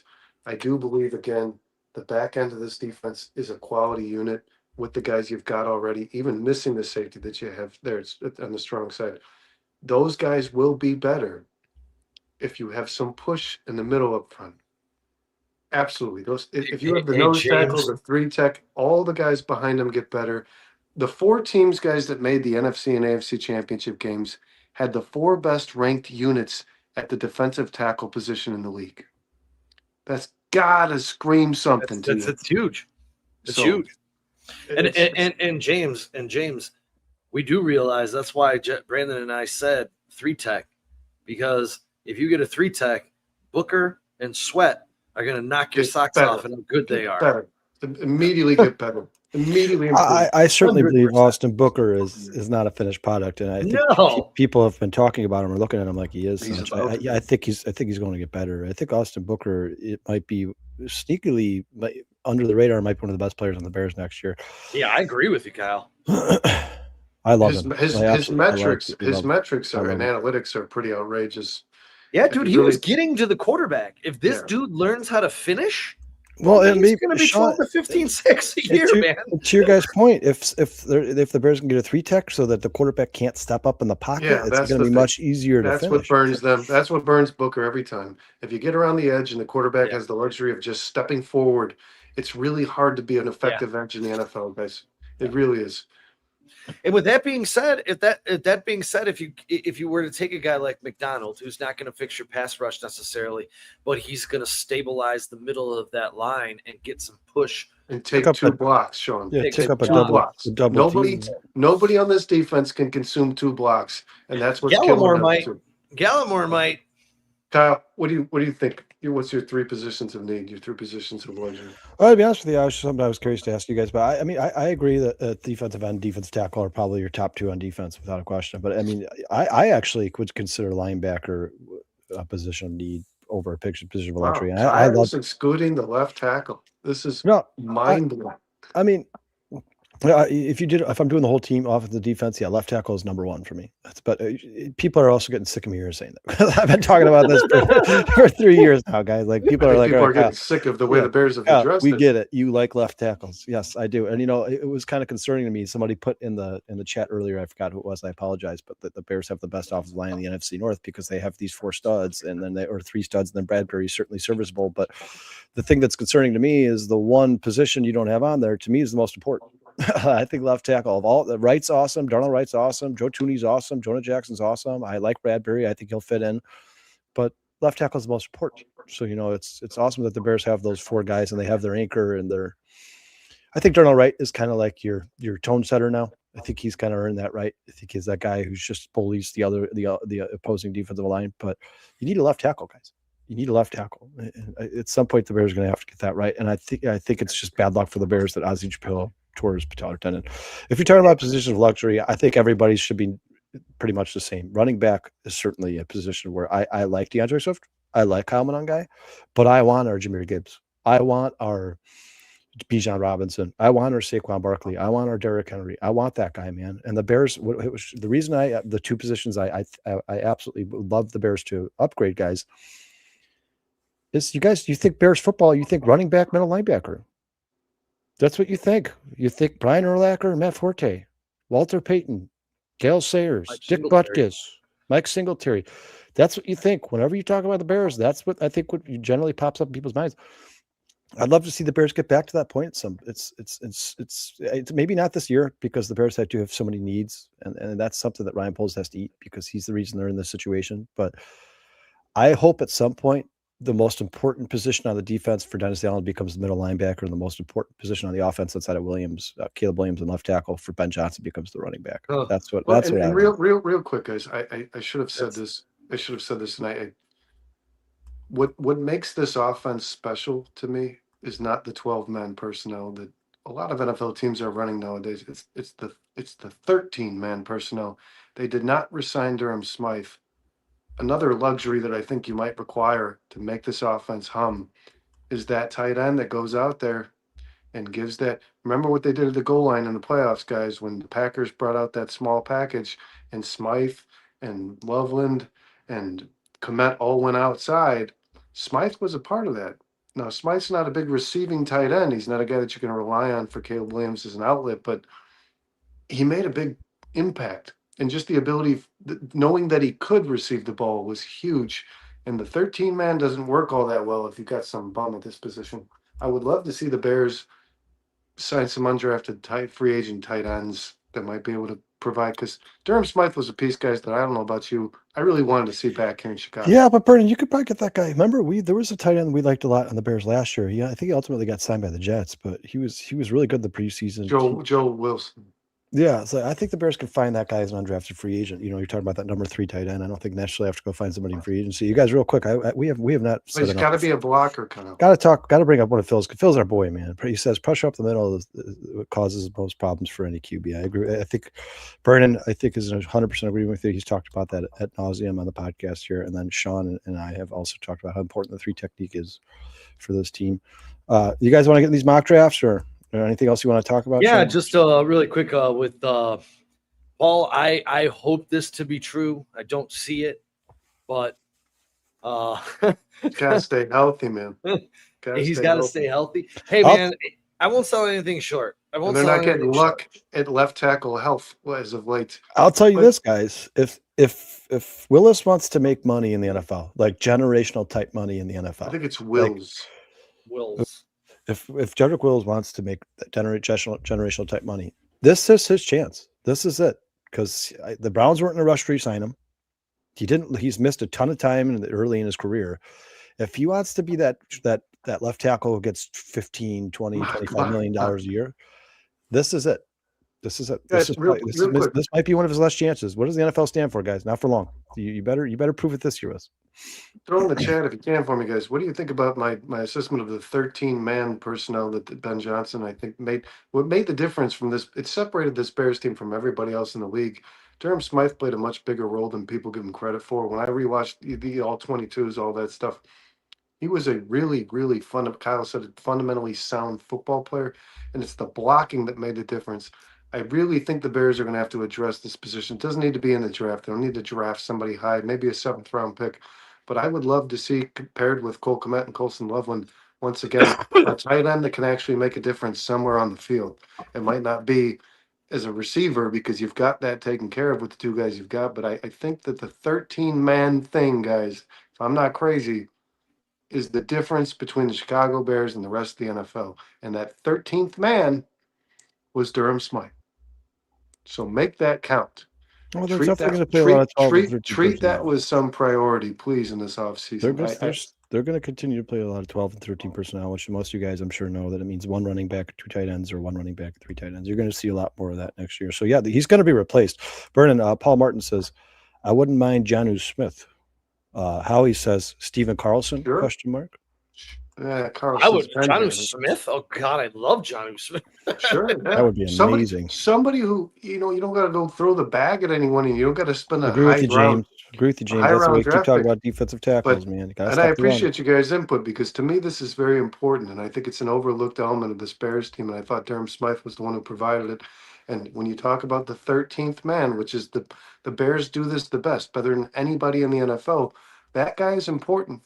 He is. He's an important. And J2K can probably throw some tight ends out there that are worth taking a look at with the 7th-round pick. But Sean, I'm sure you've got it locked and loaded. But I don't want the Bears to sleep on somebody at this position. I want a guy who's quality. I'll be honest. I have no idea what this team's going to do, man. Yeah, I really don't. It's kind of fun though, right? It is a lot of It's fun. kind of fun Here, because I'll say we this. might all we could all be, we've all been Dante's I'll throwing say out this. some names here. He says I think Raritan, based on the fact that they Zoil, signed and Roche. 4 left tackles, I don't think left tackle is going to be a priority or even. I don't thought think of in so this either. draft. Sean. I think they're That's just my opinion on I it. think Jedrick Wills was their answer to the Chicago Bears fans. Yeah. Like, you guys keep asking what we're going to do with left tackle. Here's your answer. And then to re-sign Jordan McFadden, who we saw play left guard last year, and then they moved Joe Tooney over to left tackle. I still think Joe Tooney is in consideration for that emergency left tackle situation, like an emergency. Like, hey, we're not happy with who's on the roster. We need 2 weeks of Joe Tooney at left tackle, and we're going to go sign somebody outside of the building in free agency. I still think that's a possibility as well. And then, guys, don't forget, I can't believe I'm saying this. I can't believe this name's coming out of my mouth, but don't forget Karan Amagaji is still here as well. So. He is. What do you guys think about polls allowing Durham Smythe to walk away from this football team? I don't care about Durham Smythe, man, to be honest with you. I agree with you, Brendan. I want another good third tight end. Yeah, okay. To me, Durham Smythe is replaceable. We talk about replaceable guys. But Sean, you watch the JT O'Sullivan and Tim Jenkins. You watch these guys. I mean, that was a guy who was constantly highlighted during those reviews. He's a good blocker. I mean, he definitely did his job. He's like an extension of your offensive line. Yeah. I think they'll find someone that will meet that mold. Fill the void. I do. Yeah, Flex. I disagree. Greg Gabriel. I heard Greg Gabriel came out and said the Bears addressed the defensive line and defensive tackles. Greg Gabriel's an idiot. Yeah, wrong. Ryan Poles said he's not going to do a lot of work on the defensive line in free agency, and that's what you saw. You saw that in free agency. He signed 2 guys who are middle of the road guys who are depth rotational pieces.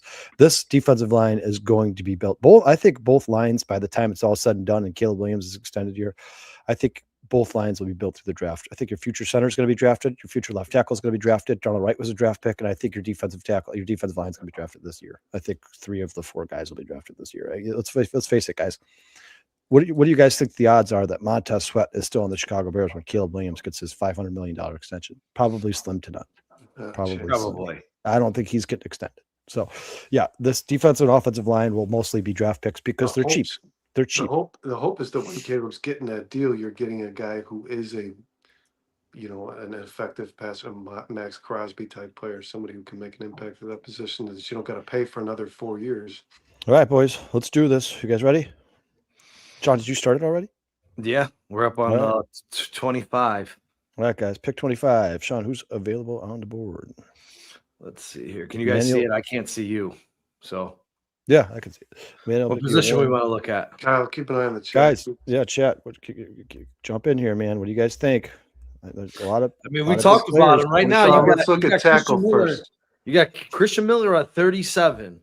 And I believe that Caleb Banks right here is going to fall off with that broken foot, man. You can't have break your foot 3 times in 4 years and keep your. There's something wrong there. What do we got at safety? Sean Howie says Woods. I mean, I'm down with Woods. Hold on, let's look at safety. Got to make Emmanuel McNeil Warren is there. That's my pick. That's if I'm Ryan Poles. That's 100% the dude that I'm drafting right here. Can you guys see the draft board in the chat? A lot of people are saying they can't see it. Suggett says Peter Woods as well. So you got 2 Woods. Nobody else is. Sean Paul Martin says McNeil Warren or McDonald. Now you have 1 vote for McNeil Warren, 1 vote for McDonald. Phil, you can't see the draft board. Sean, is there any way to blow that up? No, this is how. No, it's very fine print, guys. How about that? Does that just work for me? Yeah, I didn't do anything on our side. Because that's big as shit on my screen now. So in the corner of your screen, there's an expand screen button, guys. Just hit on that, and it should make it full screen because that's exactly what I just did. While you're viewing, if you're viewing on YouTube, there's a little. Sean, Phil says Woods. Howie says Woods. James says McDonald. Dante says trade back. Guys, think talent, not need. Think talent. I think McNeil Warren is the best talent. Paul says I can see it, and my TV is only 34 inches. J2K says I can see it. I'm on my phone. Phil, you're just getting old, brother. I gotta check those bifocals.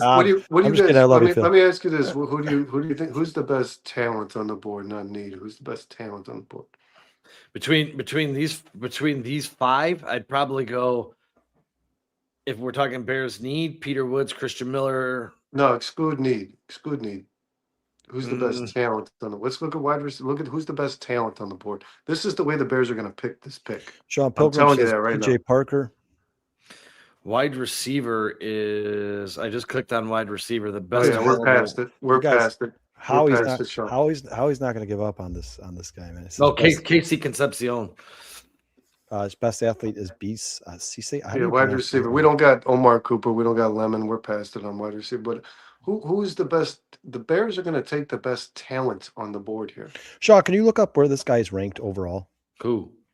The B. How you spell his name? CISSE. I think it's Sis. Yeah. I think that's how his name is pronounced. He is 41st ranked, and his ADP is 42nd currently. Yeah, so you're not going to get another shot at him. So if you don't Not draft the him best here- athlete, guys. Who's the best talent? You guys, Suggett says Warren's the best player available. I agree. Slimbo Boogie agree. says Cassius Howell. Slim, you know I love Cassius. Who Howell, said man. Warren? I absolutely love Warren. Cassius Howell. Oh, Emmanuel Warren. Kyle, Well, we what's can your- do we can do two of them if we buzz through this. I didn't hell do yeah, the man. 7th round. We could take Emmanuel Warren this time. We'll take Emmanuel Warren. Let's see how it shakes out. J2K said Christian Miller would have been the safest pick. I would have won Christian Miller too. They Probably. ain't going Not Peter sixth. I Woods. promise you that. Man, Jerian Price has been available in every mock draft we've done in the second round of 57. No, I don't know if that's going to be the it's- case. I don't either. It's I don't super, either. It's super Sean- enticing. It's Sean, is super that- is- enticing. Is that corner there? I'm going to call him Cisse. I don't know how. I think it's Uh, Sis. I think his name's pronounced Sis. He is not. He's He is gone. gonzo. You know, Howie, we've done a ton of these. We've done a ton of these draft shows. You're really the first person I've seen who's really pushed this guy. I'm not saying anything against that. I'm glad you brought him up because now I'm going to go watch Sean, his tape tonight. new for bio. sure. Yeah, that's I'm gonna be looking into him now. Yep, Sean's gonna have a bio. Sean, Sean's gonna James, watch the tape. Sean James is asking if you could show the defensive ends. Edges coming right up, sir. Hold on 1 second. Ooh, I kind of like some of these guys. Yeah, Donnie Moore Dennis is kind of a stud, dude. Honestly, Moore is a fucking Moore is slept on, and I don't understand why. But this guy has really not been talked about, and Dante, I don't think you'd have to draft Sam He's- Heck yet. I he's think a he'd really probably be good available. fucking player, He'll be like- available at 60. Derek Moore's gotten better every year of his career in college too. If you And look at he- his stats. Sean he Slimbo Boogie's wreaked asking if havoc. Kyle Lewis was drafted. Who? If Kyle Lewis was drafted, Probably not. Not yet. He will be after this. I think he's, James says Sutton is much better at defensive end. Kyle Sutton's a Lewis. stud. Sutton is a Booyah. stud. That's Dustin's guy. Sutton is Dustin's guy. It's who's the other kid at Penn State? There's two of them over there. They both have I like Sakai It's a- Wheatley in the secondary. some really good NFL potential. Those kids at Penn State. Oops. His name is pronounced Cisse. I'll tell you this: between this, I'm between Derek Moore, Sutton, and Grayson Holton. But we have a Oh, pick in 3. Sutton is a stud. He is. James a stud. likes Sutton. You guys like Sutton. Dustin likes All right. Sutton. Sutton's done. Sutton it is, man. We're right back up here, guys. So don't worry. We still got another pick right here. Dante says Zane Durant. Durant is Slim, we took Sutton, man. We got you, brother. Durant is That's the other ADP Penn is- State. Yeah. Yeah, Thank you, he's Dante.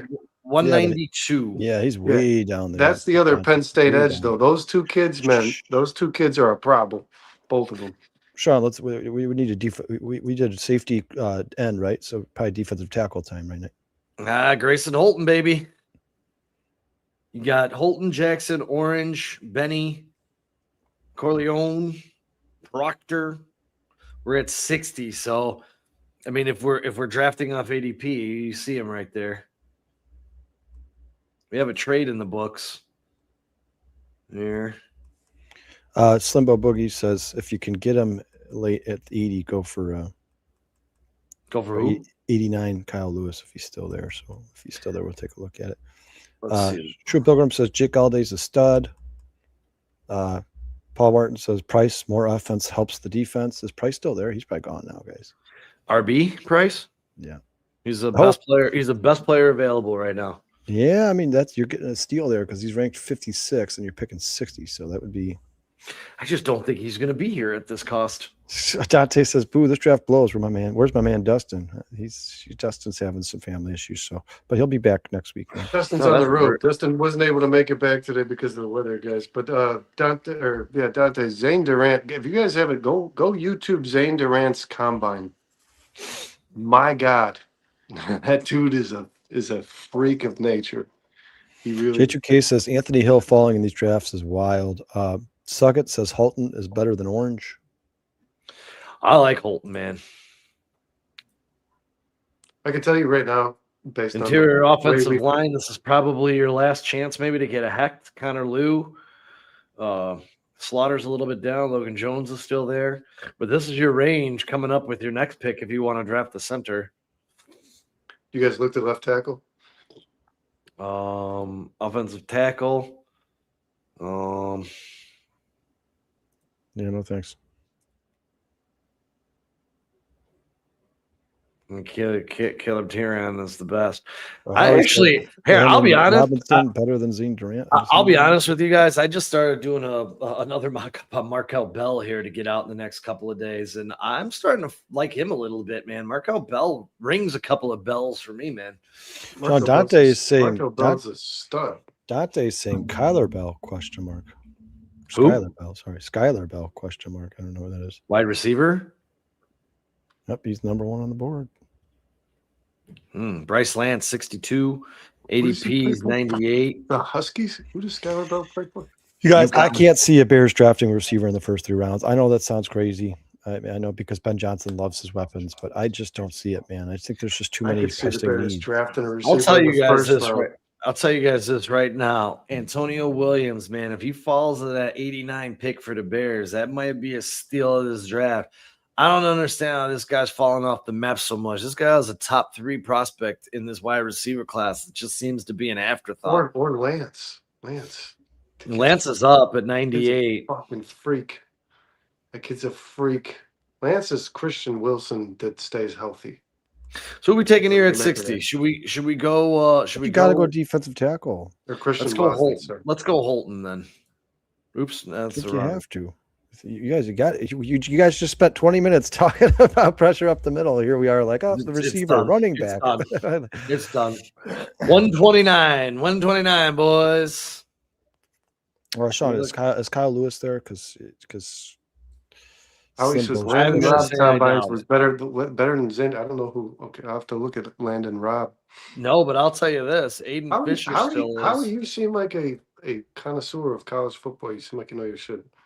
We appreciate Deontay you. Lawrence isn't a bad these one. guys either. all know their shit. Everybody in the chat here knows their shit. He's have a throwing very out knowledgeable Cisse, chat. He's throwing out Rob. I Community. don't know these people. I agree, Suggett. I think Ben's going to do something crazy. I think he is. I think the Bears are going to do something crazy in the draft. I just don't think it's going to be a receiver. But I do think they're going to do something crazy. Yeah, it might be price it in the second round. That would not surprise me at all. If Ben Johnson's like, hey, man, this guy, it was like, by the grace of God, he fell to us in the second round, and he wants to take him because he considers him his next Jameer Gibbs. That would not surprise me in any way, shape, or form. Price is a really, really. Howie really says good Landon football Robinson, player. Navy. Yeah, this is Sean's guy. Landon Robinson is way back in this draft. Yeah, that's He's Sean's picked guy. 212. Yeah, we picked him in the 7th round in our last mock draft. I love Landon Robinson. I think that dude's gonna way outplay his ADP. Well, man. his, That guy ADP is a his rank fucking is one. tank. His rank is 122, bro. Yeah, his ADP though, his average draft position is 212. Yeah. But I mean, you'd think that the rank is probably Sean, is closer to what he Yakus really is is, right? Yakus still on the board? Probably not. I'll look. Hey guys, we're getting a lot. Landon Robinson, Caden Proctor. Paul says check the corners, please. Yeah, Check if the Bears are cornerbacks, lucky please. enough to draft Caden Proctor, they will not Oh, regret that decision. I'll tell you who is still here. My boy Jack Kelly's still here. Wait, go up to the top. Who is that with the Duke? Chandler Rivers, cornerback. So there you go. We're There you gonna go, look. Paul. We're Your gonna look best at. We're gonna available look at corner Vincent is Anthony Chandler later Rivers. in this draft. Yeah, didn't we draft a corner? No. Let's see. We took No, we took a safety, safety. an edge, and a DT. So what do you guys I consider? wouldn't- what I do you wouldn't consider mind that going- you got a I wouldn't safety, you mind got an looking at- edge, you got a tackle. I What's would your look next? at left tackle here. That's what I would You look could at. go. You could go. You could go get your I center. don't Slaughter think- and Jones are still Yeah, here. Vernon, I don't think any of these left tackles are worth a damn. Left tackles go so fast. Your left tackles here. It goes so fast. Every team in the NFL values left tackles still got so Bell high, there. man. Sean Paul asked if you could check the running backs as well. Yeah, of course. All right, so you got Coleman. Jonah Coleman, Seth McGowan, The problem with running back Emmett is after you Johnson. take the top couple of guys, it falls. Sean, is pretty Derek Moore drastic. is Derek Moore gone? Yeah, I would imagine. Yeah, he's gone. Yeah, Derek Moore's gone. Sorry, Tom. Yeah, I'm saying here. And Sam Hecht went to the Packers on this one at 84. That would suck. Kyle Lewis to the Jaguars at 81. And Connor Liu, the first center off the board at 78. Sean, let's take another look at these tackles. The Bears need 2 or 3. Defensive tackles or offensive tackles? Defensive. And to my point, Phil says the last 2 Super Bowl winners dominated the line of scrimmage with their front 4. Bulls needs to go heavy defensive line in this draft. They blitzed last year just to pressure the QB. Yeah. Kalen Proctor's my guy. Dude, I love Kalen Proctor. I love Well, me some Sean Kalen Dante Proctor. says my fault. Caleb Proctor. Proctor is a stud. Yeah, Caleb Proctor's a stud, man. Yeah. Had the highest pressure to sack rate in the NCAA last year. And by a whopping 12. He was like 29%. I think the next guy closest to him was like 17. Yeah, Proctor is kind of a freak. J2K says, in his opinion, he would draft the defensive lineman first before the safety because safeties are easier to find in later rounds. I don't disagree with that. So, yeah, we can do another one. They're gonna give that pick. If I was looking at this, they're gonna give that pick an A+. I'm gonna go Jake Slaughter, guys. Yeah, Position I'm all need- for it. You go get your center of the future. Yeah, sure. Why not? They're gonna give that. I like Proctor. All right, we got one pick. Warren pick an A. We got one pick left because I only did to 129 because we don't we fall off to 230 fucking one after this. I'm assuming Proctor's long gone. It says 230 fucking. Let's one. see if Proctor's gone. Of course he is. Yeah, Devontae Capehart is there too. He's pretty decent. He falls You guys- right in your we're not- ADP we don't. range. So we're just left tackle is what it is. We got Mills. Or I don't Wills, think there's we got- good left tackles in this league. And just so we're clear, Landon Robinson went at 127 to the San Francisco 49ers right there. Okay, so we're not taking a left tackle in this draft. That I would be flabbergasted. And Brandon, there you go. Pick 120, Bud Clark to the Packers. Those sons of fucking bitches. Packers are having a better draft than us. McNeil All right, Warren's Sean, gonna be let's- an A. Sean, he's Landon Robinson. He's gone, right? You Yeah, said Landon he's gone? Robinson just went. To Yeah, Howie, he's gone, 127. man. He calls us losers. Damn, Howie. Oh, maybe he's talking about the Packers. I hope so. Fuck Green Bay. We like you, Howie. Yeah, come There's on, my man. guy right there, Mason Rieger, ADP 230, man. He's going to be a steal for somebody. I'm telling you, man. Hoffman Estates High School in the host. What did we draft? No, here? Howie's saying he's calling the Packers losers. I agree with you, Howie. Fuck them. Yeah, you We could guys. draft a linebacker We're here. kind of late. losers too, Howie. It's okay. Yeah, we're losers too. Yeah, I agree with you. Yeah, a bunch of fucking losers. We're like a big suck fest. It's like a giant. How's the suck fest going? I don't know, Sean. Let's just pick somebody else, finish this one off, and let's start Got the a next couple draft. with cherries and defensive tackle. blueberries. All right, Just we're gonna can't go. miss We're the gonna go fruit with salad. York. We're gonna fill a safety. Need. Everybody in the chat here wants to see defensive tackle in the first round. Everybody. We're gonna go back and do that. It's Yeah. gonna be a C plus. C plus. Oh, look at that first pick. No fucking shit. Wait, we get an A? Hey, it was a B plus. We did get an A. It was McNeil Warren. That ain't bad No at all. shit. The only Surprise, bad pick was surprise. Tanner York. York. All right, let's do this. Tom says Thieneman at 25 would make him real happy. Thieneman's gone at 25 in every Phil's- draft. Phil says he sees the Bears trading back twice this year. All right, boys and girls. You guys, J2K says you don't have to draft a safety in the first round. Bud Clark trading Stukes or Jalen Kilgore can all start. I think the Bears are going to J2K. I do. Dylan Thieneman went 10th to the Damn. Yeah, he's just climbing up and skyrocketing. up and up and up. This kid is a stud. Skyrockets in flight for Thunderman, man. The white guy, dude. And this one, Emmanuel McNeil Warren has gone at 21. Cassius Howell went at 23. Messador went at 22. You guys so know Cassius Howell's my boy. Sean, maybe we start this one off with Peter Woods. J2K, I'm with you, man. If you guys, we're gonna do defensive tackle the first. Bears this one. wait, So give Bud us Clark is my dude. That's hold my on, dude. Brennan. Give us your best defensive tackle, guys. We're gonna go with the chat on this one. We're going defensive tackle. We will decide the position. You guys decide who we draft. How about that? That makes it fair for everybody. Okay, but we're drafting on need here. I understand, but we just did safety first. Now we're gonna do defensive tackle first. I just don't think Ryan Poles is going to go need. I think he's going to go talent. But Well, then that leaves 300 based available. on his history of drafting, that's what. J2K says Thunderman is so overhyped. Suggett says Peter Woods. So you got one vote for Peter Woods there. we're going to do Peter Woods this time. Good Well, old let's Peter. see what Howie says Woods. Hold on, let's see what everybody has to say here. So you got 2 votes for Woods. Nobody else is really. These guys love Wood. Well, these guys all want Overwhelming. defensive tackle. Who do you guys want? I mean, for me, it's probably if we're talking about helping. our Sean, sack Phil situation- says Caden McDonald. So now you got 2 Woods to 1 McDonald. Sean loves that broken foot on Banks. Yeah, Jesus, he's going to drop. He's going to drop. And you know what? If he were to drop into The second round. the second Yeah, round, they still 60, really don't, Tom. you They still take really him. don't go in the first. I would pull the trigger on that shit in a heartbeat, dude. Tom says Peter Woods easily. Sorry, Phil, you're just being outvoted. Here, We're gonna Peter Woods it. Sorry, Phil. We love you, brother. Peter Woods it is. Caden McDonald went to the very next pick to the Buffalo Bills. And there's our boy, Gabe Giacchis. He You could got be Gabe picked at Yates, but you got 67. Price. I'm cool with taking an offensive player in this draft. We didn't do that last time. Brennan Paul says if we're going best available player, what the heck do we do if Oregon tight end Kenyon Sadiq falls to us at 25? Kenyon Sadiq's pro comps are fucking concerning. Very concerning.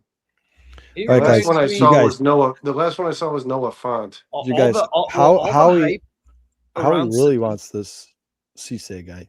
I was gonna really say wants all the this. hype around Sadiq reminds me of Vernon Davis. And That's it's all I'm gonna say. it's He- not it's not, Remember it's Vernon not Davis was necessarily built like a freak, destroyed the combine, and then couldn't do shit in the NFL. well, and it's not Well, and Howie, I you hate could to get him say at this 60 again. for him. It's not Sean. It's not film Cisse's based. gonna go. It's He'll be there at 60. it's combine based. It's not film based. And the only problem I have with him is not. I don't believe that he has an inability to be a good player. There's just not enough tape, dude. The kid declared for the draft way too early, as far as I'm concerned. All right, guys, we got to address this chat. His guy, your guy flying is in. gone. Howie. She said, Yeah, he was drafted. I'm trying to find him. I just put his name in. He says Sean, you guys need to watch really got to the do a tape. bio on this kid now. He was picked 40th by the Kansas City Chiefs. Yeah, that would make sense to replace third. Should we take Jadarian Price here? Yes. See what it looks like? Yes. We're pulling the trigger. We did it. All right, you got to get a safety at some point, guys. And then Yakis went to the Niners with the very next Ah, pick. we can wait. Bud Clark in the fourth. Yeah, Ant Mass. Prophet says Price is the pick, guys. So he agrees with you, Sean. Yeah, I mean, dude, it would not blow my mind in any way, shape, or form if Ben. I'll be Johnson- honest. Any of these 4 safeties right here, Ramsey, Smith, Wheatley, or Clark, I'd be okay with giving. All right, And let's your ask- boys next. Let's. I Oh, think- Suggett was not happy with the price. I think pick, Bud Clark's age is gonna Yeah, it's gonna drop him. It's gonna drop him, but I think if you remove the age, if you just exclude the age thing and you look at the guy with the potential this guy has to be a pro NFL player, I really fucking think that dude is gonna be a really solid football player, man. I mean, he's So do you guys want to take a safety here, or do you want to look at? Howie says Wheatley failed the broad vert jump badly. he said. Hold on, say that again? Howie said Wheatley failed the vertical jump badly. Genesis or J2K says Genesis Smith played some of the most man coverage of any safety in this draft. He is Dennis Allen's fit. Here, I'll just say this. Let's give it to I've said it J2K. before. I don't put too much stock in the underwear Olympics, dude. But no, let's give it to J2K. He's made a good point. Genesis Smith was a man cover. You want to take Genesis Smith? I thought your guys' your show on your Wednesday, barely there. I thought you guys kind of sold him. And Genesis Smith? Really? That's the guy I liked the least. But yeah, Sean, let's take him. Howie likes him. J2K Well, just likes because him. he's named after a stripper doesn't mean that he's No, not I a think good I think football Sean wasn't Genesis the one who had a really high missed tackle rate. player. I can't Yes. remember. I think Yeah, so. I Yes. think he's Yes, he had the an 18. You guys, I remember it was 18% missed tackle rate. That's what it was. Tom asked Yep. if you guys taken an edge yet. No, we have not, Tom. We have not. No, We've let's taken a take a look running at the back and a edges. defensive tackle. So Let's it's look going at to the come edges. down to it's going to come down to safety or defensive end here, guys, because those are your two Joshua biggest needs. Josephs, Derek Moore. Derek Moore, man. I mean, let's take Derek Moore this time. I don't know why Derek Moore's Just did getting it. so slept on. We just did Now we did it. We got to move this thing along, bro. Sean is fucking rolling. Let's get to safety. I'll tell you this right now. I take Sam Heck at 89. I'll be perfectly honest with you. Safety, you got Oh, then Smith. Genesis Smith's still there. So they wanted Genesis Smith in the last round, so take him. All right. Now you got Genesis Smith, boys. Smith it is. This is gonna be a good grade. This draft grade is gonna be good. Yeah, and J2K, remember, he says, yeah, Smith misses tackles and takes poor angles, but J2K, Dennis Allen could fix that. He's one of the best defensive coaches in the NFL. And now you got Al Harris on the Bears as well. So those are things that can be corrected. The speed, you can't teach speed. You cannot teach speed. That's either you got that or you don't. Hey, Brandon So, Bud Clark went 111. I'm all to for the it. Dolphins. Howie says 129, Landon Walker. Robinson. We haven't drafted a single person that Howie's put out here, dude. So if Landon Robinson's there, take his ass, Sean. Yes, please the masses. Plus, Sean really likes him. He likes. I that like Cecil guy him, a lot. dude. I like Landon Robinson too. Howie says probably gone. He gone. Sorry, He sorry, Howie. gone. Where's Apparently, I would have taken him, bro. Sean? Where's Vincent Anthony's ADP? Edge. I think he'd be really stretching here, but 227. yeah, that's way too much to reach. You could grab that guy in the 4th. He might still be there. You can grab him in the 6th, as far as this shit's concerned. I'll be honest, dude. Namde Tucker's there, and I No, like no, Namde Tucker. Not gonna, I'm gonna work. not on my watch. That's for sure. Let's see, Namde Tucker. Pass rush grade a 93, rush grade 75. Sean Howie says, is Kendrick Law still available? Hell no. Yep. Kendrick Lamar. Law? L-A-W? Yep. Oh, yeah, he is. Yeah, he is. I was thinking of Lou. Sorry, Connor Lou. Yeah, but he's ADP's 208. Yeah, he's 2'8", Kendrick, so that would be a really big reach. But I mean, at some point we got to take somebody out. That's right. Fuck it. Let's take Carson Beck. Who was it? Who did he say again? Law? I mean, we can take him. I don't care. Wide receiver. Jumping the gun here. Let's see what they draft us out at here. We're gonna get some Lance. I'm guessing Lance is gone, of course. They were saying to take Yakis over Price. Ooh, Kendrick Law got an F.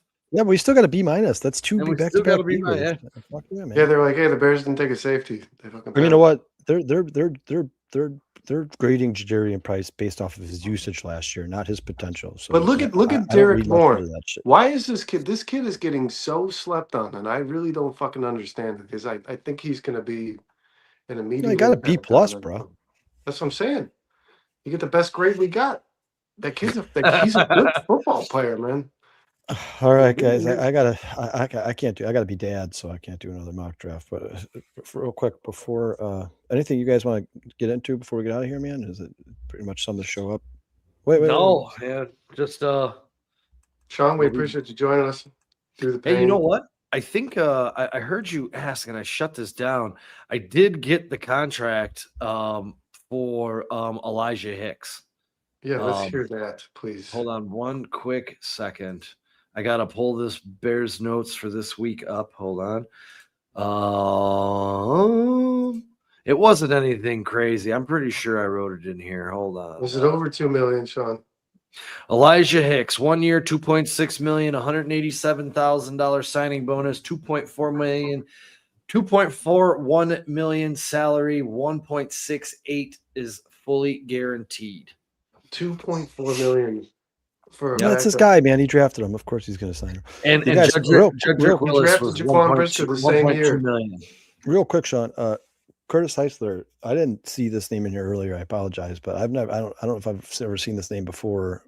Thanks for joining the show, man. Please Round give of that like and applause. I subscribe. think these guys Sorry are if disappointed in our market. Sorry, the chat was going so fast today, guys. It was so tough to keep up, and I appreciate the hell out of all you guys and how active you guys are in the chat. We absolutely love it, man. Oh, look who comes in the show. CTI. He says, "What's up, amigos?" Yeah. Thanks. Puerto Rico, Oh, ho! man, where were you all night, brother? We just did a knockout. He's watching the World Baseball Classic. No, I love you, CTI. I'm just messing with you. Yeah, CTI. I was pulling for our boys, man. I thought they were going to come back and beat Italy the other day, and they just fell short. Man. It's going to be a hell of a game on team Tuesday. Bitch. It's got to be a rematch, Sean. Right? Is Italy beating Venezuela? They're playing right now. I don't have the TV on. Yeah, Campbell Toe's my guy, man. The team of destiny. Dude, I'm telling you, man, that Royals, what's this? Why do I always forget? Pascantino is an absolute freak of nature, dude. You know who's a freak of nature? Daniel Palencia. Fucking light in the world. Yeah, he is. And he is. I'm trying to find the score right now. 2-0 Italy in the top of the third. Italy's winning. Venezuela has it's gonna set up for an amazing ending. It's gonna be a rematch between Italy and the United States for the championship on Tuesday night. Well, I'll tell you this, Kyle. I know a lot of baseball players, dude. I have no idea who the hell Nolan McLean is, who's starting this game tomorrow. I know he plays on the Yankees, but not a name. I thought bullpen. I think that's what they're going to do, because when I heard they said they pulled Garrett Crochet from the spring training start, I'm like, ooh, they're bringing Crochet in to start this game. Excellent. And apparently not. So we'll see tomorrow. Skeens just pitched, right? Yeah, Skeens pitched last night. And Skeens at the end, did you see him at the end? He goes, I pitched in the College World Series. I pitched in Major League Baseball. I've been pitching my whole life. He goes, I never had to pitch against a lineup like that. I'll tell you, man, that was fun. Some person posted this. Don't worry if you think that Skeens needs a rest. He won't play another meaningful baseball game until the 2030 World Baseball. You guys, Howie's not letting the CSA go. He says, I want the Pirates. I'll watch live reactions y'all see and CSA's tape for the first time. I'm gonna watch tape tonight. That's how I'm gonna fall asleep, man. I'm gonna be dreaming about this kid, Howie. Yeah, well, you got to watch the show, man. We talked about our free agency in depth. I like some of the things they did. Some of the things they did were a little underwhelming, but for the most part, I think this season was basically more filling in the cracks. I don't think the Bears were ever. I think it was about Kyle said a couple weeks ago on the show. It was about retaining your draft capital. Depth. Yeah, don't trade away a bunch of draft picks. They're going to build this team to draft because they know they have a bunch of rookie contracts when they pay Caleb Williams $20 or $500 million. They got 4 picks in the top 90. Yeah, Howie, you got to come back, man. You got to come back because on Wednesday, Sean and I will definitely give you our opinion of CSA. I'm going to watch the tape tonight, man, for sure. I'm going to write up something on CSA for Wednesday, Howie. You know that Sean, shit. Right? Sean, you know Sean will have a draft profile. I'm up by I'm definitely going in on this kid now. Hold on one second, boys. Anything you want to get out there before you wrap up? Shit, fuck Green Bay. All right. Yeah. All right. Let's go. All right, ladies and gentlemen, we got real quick, guys. I just want to say, man, you guys, every show, the comments get better and better. The people in the line. Right, where are we without the chat? Absolutely love you guys, man. Couldn't appreciate you more, man. I mean, literally, we are building a community here. I feel like we got to start putting some faces to the names, though, man. I feel like we're starting to become like J2K Dante. Come on to the live fucking show. I don't even care if you. We all got to get together at a bar and argue about the Bears. We're thinking about putting something together for the draft. I'll be out of my cast, so yay! Yeah, man. If you guys, we usually meet up in a bar in East Dundee, Illinois. So if you guys are anywhere near us, if you have a chance to get out here, one of these live shows, please try to make it out. We'd love to meet you guys, man. But love y'all. If you're ever around on a Tuesday, Kyle and I are normally there. And Tom says River Street Tavern has the best corned beef in the state. Appreciate it, Tom. Thank you. We just won best corned beef in Dundee for our, I think 4 out of 9 years. I had it. It was pretty fire. Every other year. It was fire. The cabbage and the corned beef were good. The potatoes. Love y'all. Appreciate y'all. And peace and love, guys. Too, man. We got to go into a meeting about 4-Star Chicago sports with our social media experts. So Love you guys. Appreciate you. We'll see you guys next. Peace.